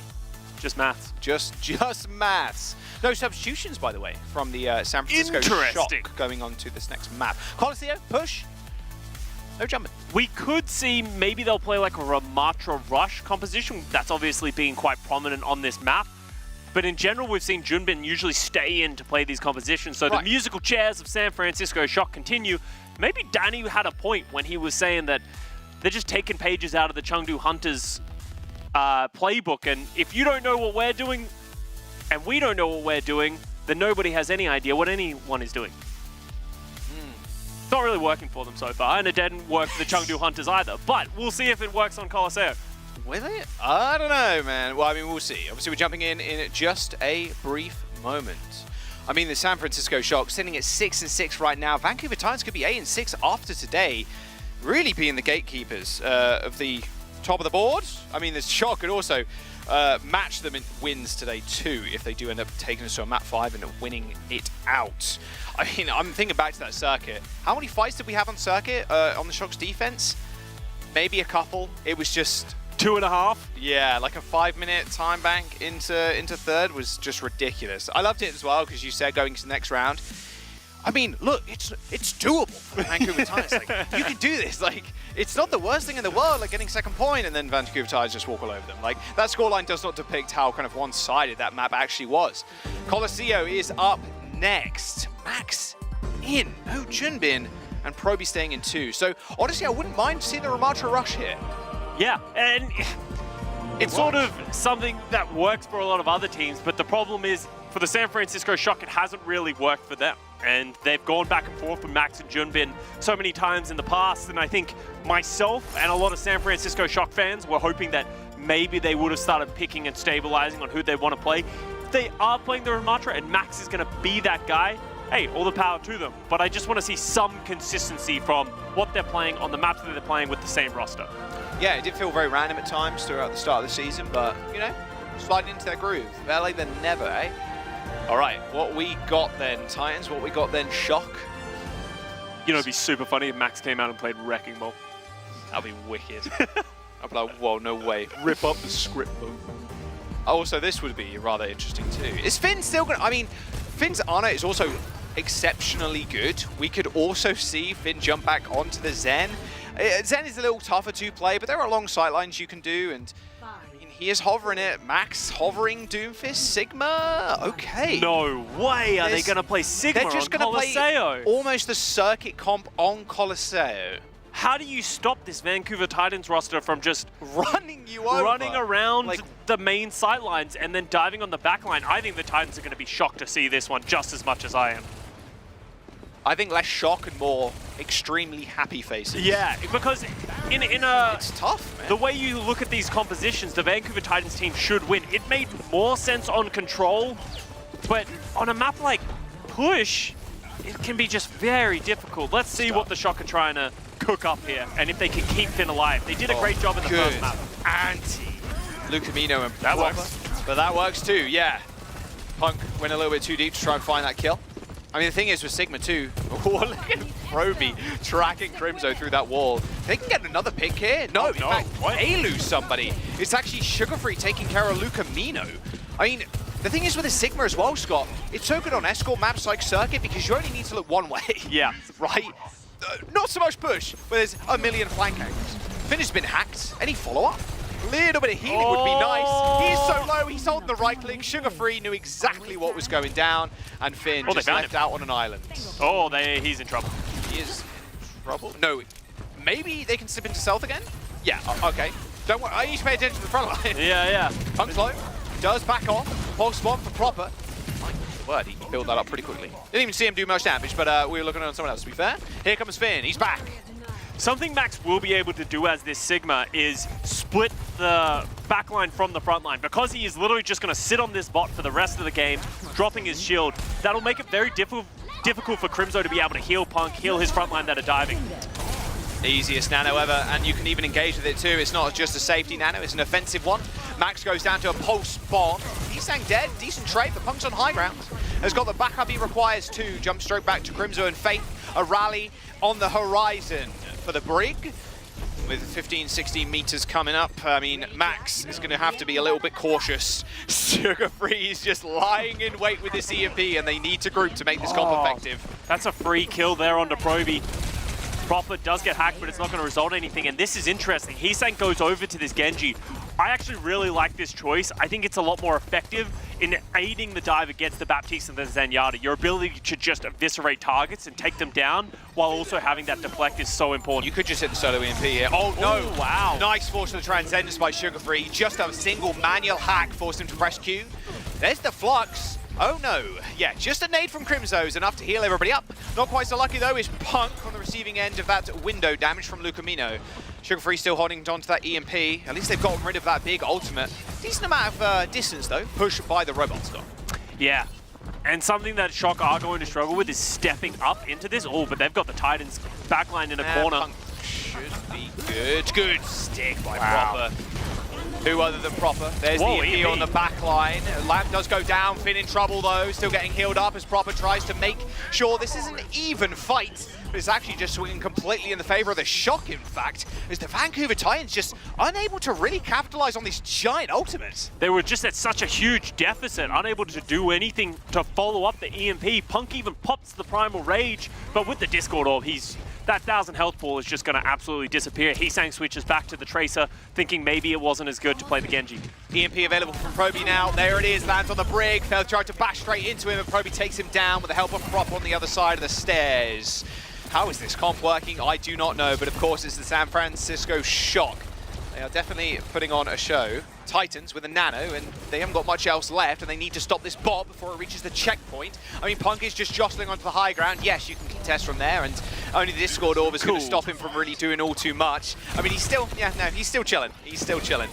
Recall from Proper, and there goes the bot. Punk is now stepped on top of it as Max takes a quick nap. Bot's been stolen for a brief moment, but there's the split that the Vancouver Titans needed, and there's the engage. The damage should be good enough, especially with this nano. Yeah, all right, Max, Proby, dead. Shock do have ults in the bank, but pretty happy with the distance they got, actually, Scott. Yeah, you can't be unhappy with that. They just need one clean wipe to be able to cap it all the way to the very end. Max is going to make a change for himself, goes over to the Junker Queen instead of the Sigma, maybe realizing to capture the point, he's not going to be able to do that on Sigma. Yeah, there's no way. It's hard to really know because you said how the Shock making this work. It's because the Vancouver Titans also don't know how the Shock are making this work. It's such a different style of playing. Early Transcendence from Finn, don't know what happened there. Maybe he's saying forced, not sure. He was definitely in the vicinity, that is for sure. Lucamino! What are you doing down there, buddy? There's a pulse bomb onto Punk, a return pulse onto Max. I think Lucamino was in the animation of putting up the window there, Scott, so can actually heal up Max to full HP before that pulse bomb just turned him into just bloody pieces. Spattered over Colosseo.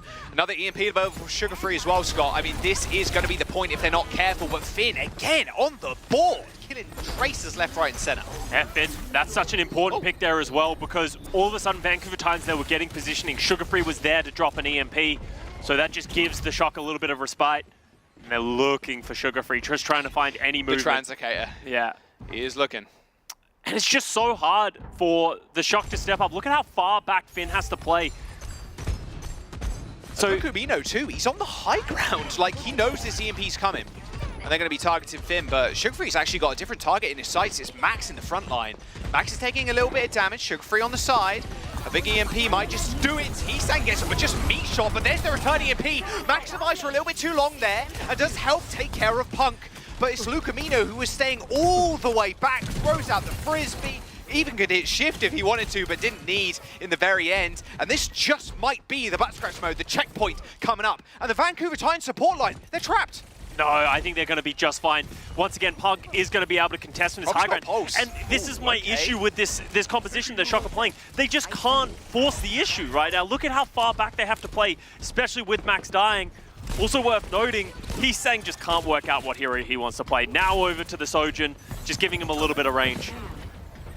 Wow, I thought he got hacked out of that nade almost. Nano boost engaged, but Numbani still on the high ground, just pumping Finn full of heals, but Heesang with a railgun shots helps Punk take down the target. Numbani still being quite slippery on this Batiste. It feels like he's not taking any damage at all. Punk's trying to find him. He's even got the Primal Rage. He can rip that whenever he chooses, and there goes the backline of the Shock.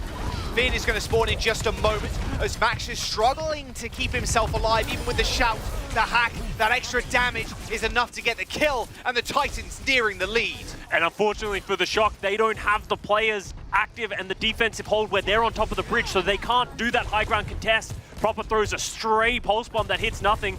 They still get the contest though, Scott. Point, oh, not quite. Proper with no recall, can't stand up right there. And that checkpoint is so close. Rampage. Max with a Rampage, drops down to low ground. Rampage is good for 2.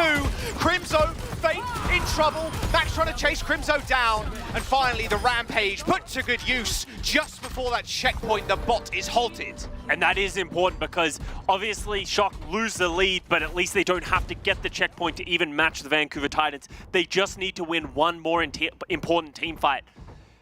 Issue is they're walking into an overclock and EMP. Finn has the Transcendence, but you can see how much respect they have to give to this Shock team, the Titans team, sorry. Max goes solo. Oh, that anti. Woo. I'd have been death there, I would imagine. Surely they know. How has he not been discovered? I mean, EP and the Transcendence from Finn early again. Just so scared of Sugarfree's presence, Scott. A very itchy trigger finger there from Finn. He's so afraid of this EMP and he doesn't want to get caught without it that he almost uses it for nothing. Wow, Max is just getting rolled on the approach too. And if you're the Titans, you don't have to do anything. The ball isn't in your court. You have the advantage. The issue is if you lose one team fight, but there it is. in the small room, but no, the shout from Max actually coming in mad clutch. And Punk goes in and goes down again. Rally from Faith. Heesang with the overclock, but Proper's trying to make it even, but he can't find a target, it seems. Heesang with a dash in 1 second, can't quite get away. There's a minute to go, and the Titans they've got control of the bot, yes, Scott, but no, the San Francisco Shock are winning this fight. Oh yeah, Crimzo's in trouble. These are late deaths. Where's the bot? The bot's already moving forward into position. Is Punk going to be able to sit on this high ground, stop it, contest it from the high ground once again? 3 meters, Scott. 3 meters is all they need to grab that lead. And they're not think going to get it. There. Nope, no, they are not. And even checkpoint as well. I mean, Heesang's the closest one, but they can't touch. 30 seconds to go and the Titans have lost the lead. They've lost the lead. The butt scratch is coming out, the pulse bomb. Oh, and then he takes out Proper. Great play from Heesang. So the Vancouver Titans will get another shot at this. Sugarfree needs just a decent engagement here. They've not got much apart from this Nano. This Nano into the Primal Rage potentially as Sugarfree's in a little bit of trouble. Proby too. Heesang was just some stray shots with the help of Sugarfree takes him out. It is worth noting here, as soon as if the Vancouver Titans do get the checkpoint, they're going to need to wait it out and then get a little bit of extra meterage. Nano boost in the front line, but Max is just charging 40 so low and still takes out Faith. Crimzo does land the nade just in time to save himself and find the elimination. But yes, Scott, they still need to touch and they still need to get that Buzzcrow match eliminated. Probe gets hacked, slept by the god. And the well, it's going to get initiated, but are they going to be able to get this lead before they get back in time? Shocker nowhere to be seen. Overtime spawns. It's going to take so long. I mean, Proper's here, Scott. Sugarfree's got the EMP. It's going to be the easiest one of his life. Just a brief touch and it's all but good. EMP lands. Max gets hit. Finn is down. Primal Rage launched in by Punk. Max finds 1 kill, but is it good enough? The EMP does hit 4, but the Vancouver Titans, they're going to stand up to the shock and eviscerate them. A 3-1 victory over San Francisco. Little bit of a crumble there from the San Francisco Shock. They were in the driver's seat, but just made some crucial mistakes. Proby getting caught twice at the end there, not able to really offer anything on that Sombra. If he could get up to that EMP, even just contest the bot, slow it down that little bit. Oh, Heesang, congratulations on getting your trophy. It was stolen away, ripped away from Faith yesterday just for this moment for Heesang. The Vancouver Titans, 3-1 as well against the San Francisco Shock. I mean, look, Johnny Predator on the desk. I know he's got his head in his hands right now, but I think the Vancouver Titans on this giant upswing, I mean, Heesang is putting out numbers, some crazy amounts of damage. Just one of the best pickups the team could have made, potentially, halfway through the season. I mean, Sugarfree's also stepping up to the plate, and I mean, the back line in Faith of Crimzo too. Yeah. My God, is that stalwart. I thought Punk was taking off his t-shirt then for like a victory celebration. Take it off, Punky. Yeah, come on. Yeah, take it off. Yeah, we're all here for it. I won't find you. But yeah, you're absolutely right, Jack. This Vancouver Titans roster is just rock solid, as Jake says. They play such a smart, cohesive, coordinated game that every time they play, you know what to expect. While on the other hand, the San Francisco Shock, they're the opposite end of the spectrum. I have no idea what they're going to play, who they're going to play, when they're going to play it. And that costs them once again in this Colosseo. They had some advantages, but they just weren't able to keep it going. Yeah, some roster shovels halfway through the series, and then we had a ton of different picks from the Shock. Like you said, maybe wasn't their wheelhouse, not entirely sure, but it is the Vancouver Titans taking this series. The player of the match, though, for this one, who is it gonna be? Of course. Gets the trophy and the player of the match. What more can you ask for on a Saturday afternoon? Heesang, putting out numbers, putting out damage, some nice ults, just good play all around, just extremely solid player and focused as well, Scott, like you were mentioning. He had to play so many different roles on the San Francisco Shock, but now just in his wheelhouse, very much in his lane. And you can see the confidence that his team and his coaches have in him, giving him freedom to, hey man, if you feel like you need to make swaps, do it. How many times in the middle of maps was he going, okay, Genji's not working, I'll go Sojin. Okay, Sojin's not working, I'll go Tracer. He made the right choices at the right times. He switched over that Sojin. I questioned it on Colosseo, but instantly found value on Colosseo, turned that map around for them. And look at these numbers. They might not be the craziest numbers in the world. That is high deaths. But it's not just Tracer that really stood out for me. It was everything else. Yeah, so many picks in this match, right? As well as that Genji on Circuit Royale, which is something I never thought I'd see in a million years. Not out of my Circuit games anyway, but yeah, it did end up working out. Yeah, his plays were a little bit better proper at the end of the day. I mean, that circuit was just dominant too, not just the hands of him, his backline, and everybody on the Vancouver Titans. I think it's a very exciting time to be a Vancouver Titans fan, honestly. I mean, we're nearing play-ins, and this is really where you need to show up. You want the best seeding possible going in. And I believe that takes them to 8 and 6 as well. They're going to be rocketing up the standings. They're going to have a high seed for the playoffs, which gives them an even better chance of making it all the way to Toronto. Yes, the Vancouver Titans, they unleash the beast and they bottle the lightning of the San Francisco Shock. We're going to throw it over to the desk. They're going to wrap up the day and send us off to tomorrow. I'll see you soon. How's it going, Johnny?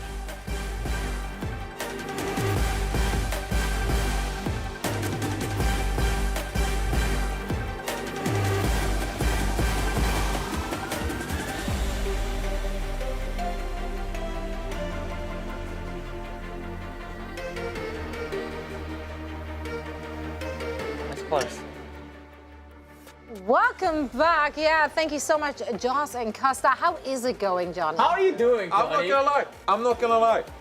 That was really fun for 2 maps. And then Nothing lasts forever, Even Johnny. Colosseo, that was fun. no, the way they lost that. Are you kidding me? I mean, Probe feeding 2 times. Hey, we're just being nice, alright? Oh, the way they lost, they took 2 fights on Circuit Royale, and then they just like stepped off the cart. What was that C9? What a frustrating experience it is. There were 4 people dead at the end. There's no way you can call it a C9. Wait, on Circuit Royale? Oh, Circuit. Yeah, that. Yeah. All right. But that spot, They will never win there. There's 4 minutes to play. No, That's they not will a never relevant win there. scenario. Oh, Jake. No. Oh, Jake. You You're have- omnipresent, just like, oh, of course. Yeah. No. I won't let this don't go. take a fight I will not let as this move 5. on. Don't take a fight as 5 players because you won't win anyway. Obviously, you should win fight. there. No. Obviously, you should fight. But that's like a 1% to 99% scenario. Ah, So, like, come yes, it's a C9. Ah. Yes, it's a C9. I admit it. Why but bother? You are done for Don't that. play the game. I will bet my why life bother? savings you are done there with 4 minutes. All right. Sure. They're about to throw hands. Like, that's where we're at. Go a little bit more. Come on, get up. Don't egg him on. Don't egg him on. We need him. We need him tomorrow. Push him or do something. Danny has been trying to pick fights all day long, so that's where we're at. Yeah, why don't we fight later? What? Why don't we fight? No, I don't want to fight with you. There's a height advantage, I feel. There's a reach situation. Also, chat, we're not small. Right? Oh, yes. Yeah, that's Have you not seen us. this This He's not man a is human just being. gigantic. He's an alien. He's like 10 feet tall, guys. You just called me an alien. A normal human being can't be that tall. Check You're his PC. abnormally Check his PC. Did you build the pyramids? Statistically, I am abnormal, Danny. Who are you to point this out? What is this tall That's not an answer. Did you build the pyramid? He's still denying it. Can you touch the Still ceiling? denying it. Yo, you should see my ride later, Jake. Can you, It goes crazy. Johnny, can you touch the ceiling if you jump? No, I can't touch the I ceiling. think you could actually. There was an Overwatch. I do want to talk about Overwatch too. What happened? Okay, so here's the thing. Here's the thing. You might have gotten the pred wrong. No, it's not right. Very wrong. But there was a lot to be said about the San Francisco Shock and their approach and the look we saw from them today. They changed things up. Yeah. We saw different lineup, different players. How do we feel after all of it went down? I mean, I don't know what you think, Jake, but for the first couple of maps, I actually really enjoyed seeing Junbin playing the wrecking ball, and I liked seeing these compositions from the San Francisco Shock. You know, for a lot of these teams, if the London Spitfire are allowed to sort of play this Reinhardt style and cater towards Reinhardt, right? It is not the meta right now. Then the San Francisco Shock, if they've struggled in Winston, for example, Junbin is a fantastic wrecking ball player. You can get away playing this stuff. If you know, it's obviously not going to be the best composition available, but if you are so good at these heroes, why not try it? So, you know, I encourage the Shock to play around with this stuff. But they just had a hard time on Circuit Royale and a Colosseo at the end there. That's really where I think the series got away from them. Busan, you know, 50-50, win or loss there, but on Numbani, it was pretty impressive here, Jake. Yeah, I like the comp. I do think, though, if you really look back and analyze this, right, every time Vancouver rather comes back to the Brig and the Sombra and the Winston, the ball starts to fall apart, right? Numbani, the map they won, it was very, very well played by Junbin. He made a lot of like clutch moments for his team, and they were able to clutch up in the end. But still, it was white knuckling it, and Sugar Free stuck on the Echo for a very long time because it's a great Echo map. Don't get me wrong, but I think when you're up against Ball, Bap, and Zen, you just have to go Tracer Sombra, pressure the point. Zen is gonna have to peek the point, and Ball just cannot touch effectively when he's like 1v3ing on point. He doesn't have a Winston bubble to drop. If you're just getting focused down, you holding the point, it feels terrible on Wrecking Ball. So honestly, I think in like that current meta comp is so effective, it's going to be really hard to make the Babs End work. I think Shock is just in their London Spitfire era. They're like, you know what? Like, we don't know what's going on. We're struggling on this meta, and we're going to bring out what is like our specialty, our heroes. Vancouver is just too strong of a team at the dominant picks for that to work. But I think many teams would have fallen to what Shock brought today. I'm telling you, man. I think San Francisco Shock, they're the new Chengdu Hunters. You know, they got that Chengdu vibe in them. They are playing Wrecking Ball, Danny. they got the Chengdu vibe in them. I mean, but honestly, like just finding your identity, there's a lot to be said about that. And I think a lot of teams have benefited, even if that identity didn't necessarily fit into the meta. That makes it all the harder for other teams to prep for it because you won't be practicing against it. We won't be seeing it in scrims. So you know you're just going to be that one team. That can throw other teams off. So maybe Shock are onto something. Is it a little too late? Maybe, maybe not. There's still the play-ins, and the Shock is not all the way on the bottom right now. Yeah, I mean, it's not all over for the Shock because they most likely will make the play-ins. The thing about San Francisco Shock, as you made that London Spitfire comparison, is London Spitfire, you can kind of play the Symmetra and force the Symmetra Rhine at most maps, right? With the Shock forcing this adaptation, you get into awkward places sometimes where you can't play the Wrecking Ball, and then you're forced to play Max on Sigma on Colosseo, for example, who was later forced to swap over to the Junker Queen. It's not as straightforward of a cheese, I don't want to say call it the cheese composition, but it's not as straightforward as an alternate composition. So the Shock are forced to make these really awkward adaptations at times, and I think that's where they got lost in the sauce in today's series, and they just played some suboptimal compositions and weren't really on the same page. Whereas Ronald Spitfire, they can pretty much play Symmetra, Mei, those kind of heroes, and most places. Yeah, so not quite a cheese, but like we're getting into yogurt territory at least. I mean, Titans just adapted really, really well. Did. Like they brought up, they didn't give up on their strategy. They just flexed one hero, two heroes to just a little bit of a better choice. And so that was really the mark for me of a very experienced, expert team. Like I feel even more confident about the future for the Titans after seeing this, because those are the types of comps that can throw you off and you know, mess you up. And the enemy team who's prepped all week, like they're gonna beat you with that. But no, Titans were very, very calm in the clutch, and they made the right decisions. It's very easy to mess that up, and they didn't. So honestly, I don't want to criticize Shock. I want to praise the Titans for this. For sure, absolutely. Yeah, and I mean, the Titans, we talked about it heading into this match. Not only did they want a W, they wanted that W for Heesang. Because for him, that was a grudge match. It was against his old team.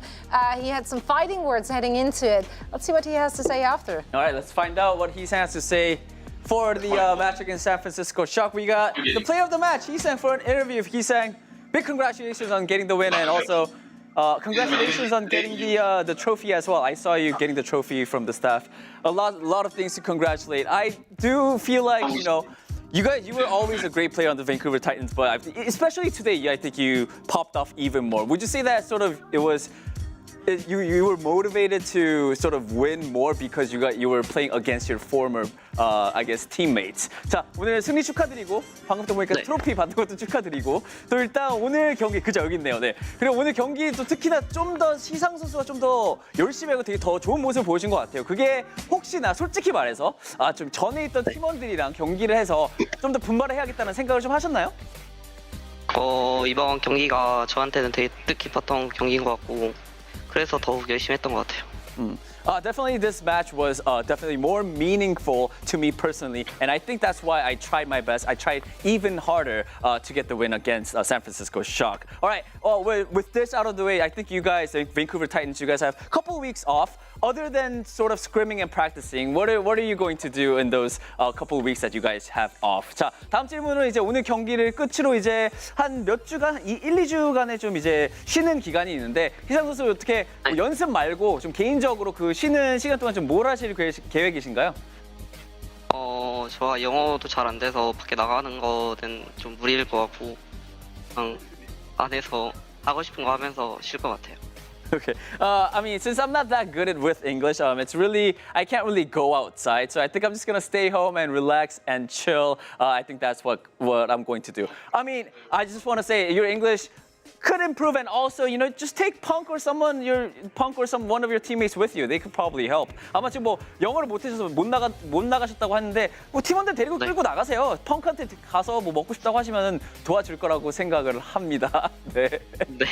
All right, he says he's gonna try to take up Punk with him. But with that being said, I'm gonna end the interview here. Thank you so much, and big congratulations again getting the win. 자, 승리 다시 한번 축하드리면서 인터뷰 마칠게요. 감사합니다. 네, 감사합니다.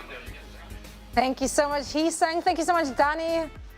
That was I don't know. Come on about that. I've traveled a lot for work and definitely went to places where they didn't speak English and I was not capable of speaking the native language. That did not stop me from leaving my hotel room. So yeah. Just have faith, Heesang. You'll be fine. Jake knows what it's like. These guys got to keep up the grind. Stay grinding. Stay hungry. Stay hungry. Because if you lose that focus, you could lose this momentum for the Titans. I mean, this is a moment where I see them as one of the teams going to qualify for the plans. Like, or the playoffs, rather. Come on, I one see or them 2 as days. Then they go out and have some. Let him leave his home. Let the poor boy have some fun, man. I know.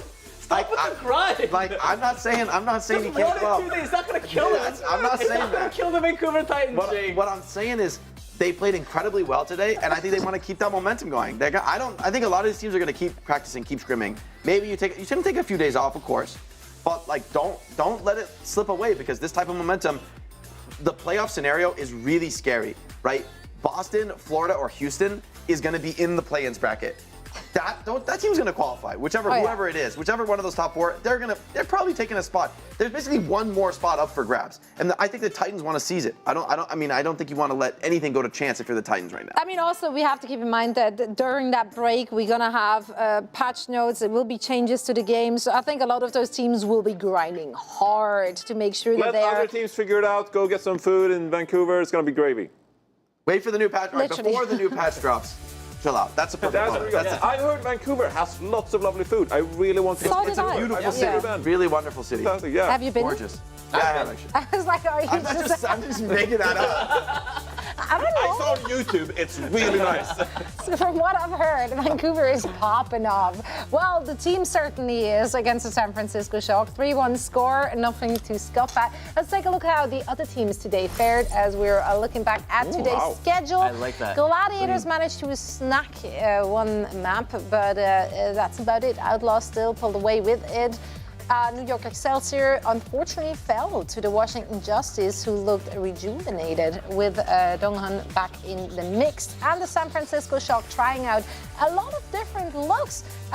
Some of them not half bad against the Vancouver Titans, who's just been really solidifying themselves as an upper mid-level team. What are we laughing about? Is that funny? No, we're showing tomorrow's schedule later, so right. I shouldn't get that myself. Yeah. Well, it's actually at the bottom of your screen. But don't worry, we'll show it full screen later. Stay tuned for tomorrow's schedule, guys. Yeah, stick around. That's really what we're all waiting for, to take a look at that schedule. For now, though, I personally really want to see our best of the day, because as per usual, plenty of things to pick from. I started things off, or I want to start things off with my personal best of the day, which is Johnny. Actually. Oh, wow. Yeah, what? that's right. Little bit of The love. Snowden Academy. Whoa. I just thought that was such a neat, nifty play and insight. Something which, That's right. you know, a filthy casual like me, I wouldn't have picked up on that. So for you to point that out, Jake, of course, also co-pointed it out in the back. But I It's like co-pilot. Gobium. How do we get copies there, guys? Gobium. I just thought that was really neat, and I love the ability for us to have illustrations and be able to like break it down and just shed some insight, which, you know, a lot of that beautiful plays, those beautiful plays, they get missed out, lost in the sauce. There's a lot of action going on the server. Not with Johnny on the case. Not with Johnny on the case. Snowden Academy. Sign up for my academy sometime. Great job. In the off season. Sign up. Great job. There we go. You know who else did a great job? Who? There was a certain player who did an interview in all English. Donghun, I'm looking at you. Great job. That is my best of the day. Because to be honest, when the producer told me that we're gonna do it in English, I had to ask him 2 more times. I was like, English, the whole thing? Yes. English? Yeah. Okay. And that was a little bit scared for him, but honestly, it went really well. There's no, you guys are looking at the screen. Like waiting for something. You're not gonna see anything. I'm just saying it. I just want to say Donghun did a fantastic job of doing the whole thing in English, and also because you could tell that it's English he's not comfortable with English, but even though he's not comfortable, he did the whole thing. He answered every single one of our questions in English, and I think it was. It's a scary thing. Job, yeah. Right after the interview, we talked about it. Like giving interviews on a scale like this in not your native tongue. That can be incredible, overwhelming, and scary. So even if your English is good enough, sometimes just because of the nerves, like it can get to you. But he did it like a pro. Love that. Very respectable. Love to see that. Respectable. Hey, can you put some soul into your, That was an I'll put some soul into this, Solid. into my best of the day, which is Oh Baby a Triple, which we got a nice all strategy, Voice actor Jake. coordination, incredible. This post bomb, I mean, it's nice. You catch the jumping sim. But what's even nicer is when Ben Best comes in with a special delivery to the rest of New York's teammates. And honestly, without that, I'm not sure they even win that fight. I don't think they do. So incredibly sick moment. Little wrecking ball and Tracer. Wrecking ball coming back in. I don't know. I'm situational. No, it's not actually, but it's cool to see a little bit more of that hero. You know, players who are especially comfortable on it can have some kind of impact. It's a very unique hero. Who knows? Maybe next patch, maybe some ball comes out. Very cool. Maybe. I think some teams will be seriously sweating if ball is in the meta. Nice. Not everyone can handle that hero. Yeah. So who knows? It's like the one tank hero. The teams are like Even the tank player, like the DPS players, they don't want to play Winston, and the tank players like, I don't want to play Wrecking Ball. Other than just a few who have practiced and mastered it. Yeah, Punk was in the interview just like, don't Wrecking Ball. I know Colosseo for Toronto Defiant, please don't let it be Wrecking Ball. So we'll see what happens with Wrecking Ball. For my best of the day, we're talking about tanks. Shocker. We're talking about very heavy moments. We're talking about just whoa! Primal Raging Winston! Whoa! This is what I'm talking about! Moving people around in a small room. I love this. Look at them go. Look at Fearless go. And here's Small Room, the President. Whoa! Whoa, moving people! This is what Overwatch is about. Moving people in small rooms, knocking them back, showing big, angry moments. Someone said this was like MMA. Because Johnson said MMA fight because they're using their hands. First person, this looks really scary. If you look at it from this perspective, it just looks hella dumb. I'm not gonna lie. It's just awkward. I love it. That's amazing. That's amazing. That is pretty funny. Yeah, that's cool. We should reenact that, Danny. Me and you? No, I'm sorry. Take this outside. Take this outside. I can't even reach You can do the windmill and like walk at each other. No, we gotta find the smallest room in the studio and look at it. I can't even reach you. You can make. I was about to say you're gonna make it up with mobility. Like, Yeah. I'm not even that mobile. That is lead. Sucks to suck. Gonna jump around and juke him. Well, and all of that, of course, we will be recording, so stay around for that in the pre-show tomorrow, I guess. I don't know. We'll see what we can make happen. For now, let's take a look at more schedules, because we love schedules. That's right. And we're going to kick things off again in the Eastern region at 1 a.m. Pacific, with Dallas Fuel and the contenders team Panthera. Hangzhou Spark are going to be at it again. And once more, we're going to fight it out to see who's the better pink team. Is that pink? That's not pink. Yeah, that's pink. No, It's like pastel. No, that's like lavender. Yeah, that is lavender, pink adjacent. Wow, that's very astute of you. Are you saying that navy is not blue? I'm very picky with colors. Navy is blue also. So, okay, but lavender is... Well, it's more, lavender is technically more purple than pink. Yeah. Okay, that did not look like purple to me. Where do we put, where do we put violet on the spectrum? Violet? Definitely in the purple category. Okay. Fuchsia? That's way more red. Okay. Fair. I just want to see where we stand. We're just sorting here. We're color sorting. Vegas orange. Tomorrow like we do numbers. It's going to be so much fun. Cuban color. Anyway, we're going to ignore this part of the table. If you're not a night owl and you're missing out on those matches, don't you worry about it. You can catch all of the action in our recall. Fuel vs. Panthera, that will happen at 9 a.m. Pacific. Danny, you two can be watching that match. I'll watch all the APAC region matches tonight. Tonight? Yep. Good. I can't wait to have you fresh and early here in the studio. It'd be great to have you in the studio at 9 a.m. He's already peaking. How many coffees can he chug before? We'll find out. Just don't sleep for a few days. Like, what could go wrong? Yeah. What could possibly go wrong? Here we go. Well, you don't want to miss out. You don't want to miss out on those matches tomorrow. John, you were especially excited about the schedule. Tell us why. I was just laughing at Shock's composition versus Eternal. It's gonna be this is gonna be interesting. A bowl. It's gonna be a bowl of some kind. Yeah. Bowls will be had. I'm scared. I don't know what's gonna happen, but I'm scared. What if Vegas beats Shock? Like, that is a live possibility. I'll tell you what, whatever happens, you guys at home don't want to miss it. So to ensure that you will not be missing it, sync your calendars right now with this QR code. And then you get the notification just in time to show up, rock up for the matches and join us in yet another fantastic Sunday day of Overwatch. That was not it. Zoe, what are we doing? I don't know. It's been a long day. It feels like it was I'm a long treasuring these moments. I'm treasuring this. It's about family. I'm embracing this. Ohana, man. Ohana. That's where we're at. Yeah, embrace it. And we hope that you can, bear with us again tomorrow, as we will be back indeed. Same time, same place. So make sure to tune in. We can't wait to see you again and talk about more Overwatch. Thank you so much for watching, and goodbye. Bye.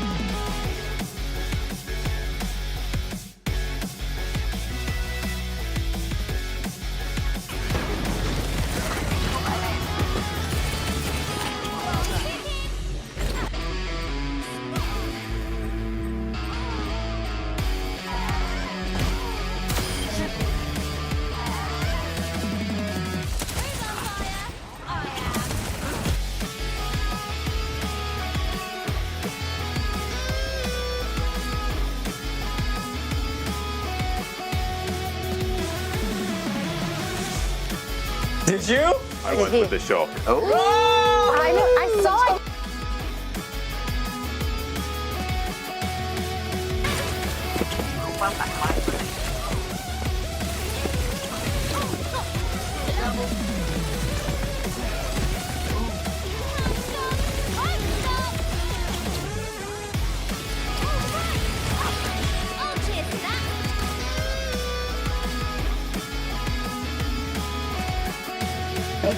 The pyramids? Statistically, I am abnormal, Danny. Who are you to point this out? What is this whole... That's not an answer. Did you build the pyramid? Still denying it. Can you touch the Still ceiling? denying it. Yo, you should see my right letter. Can you... It goes quick.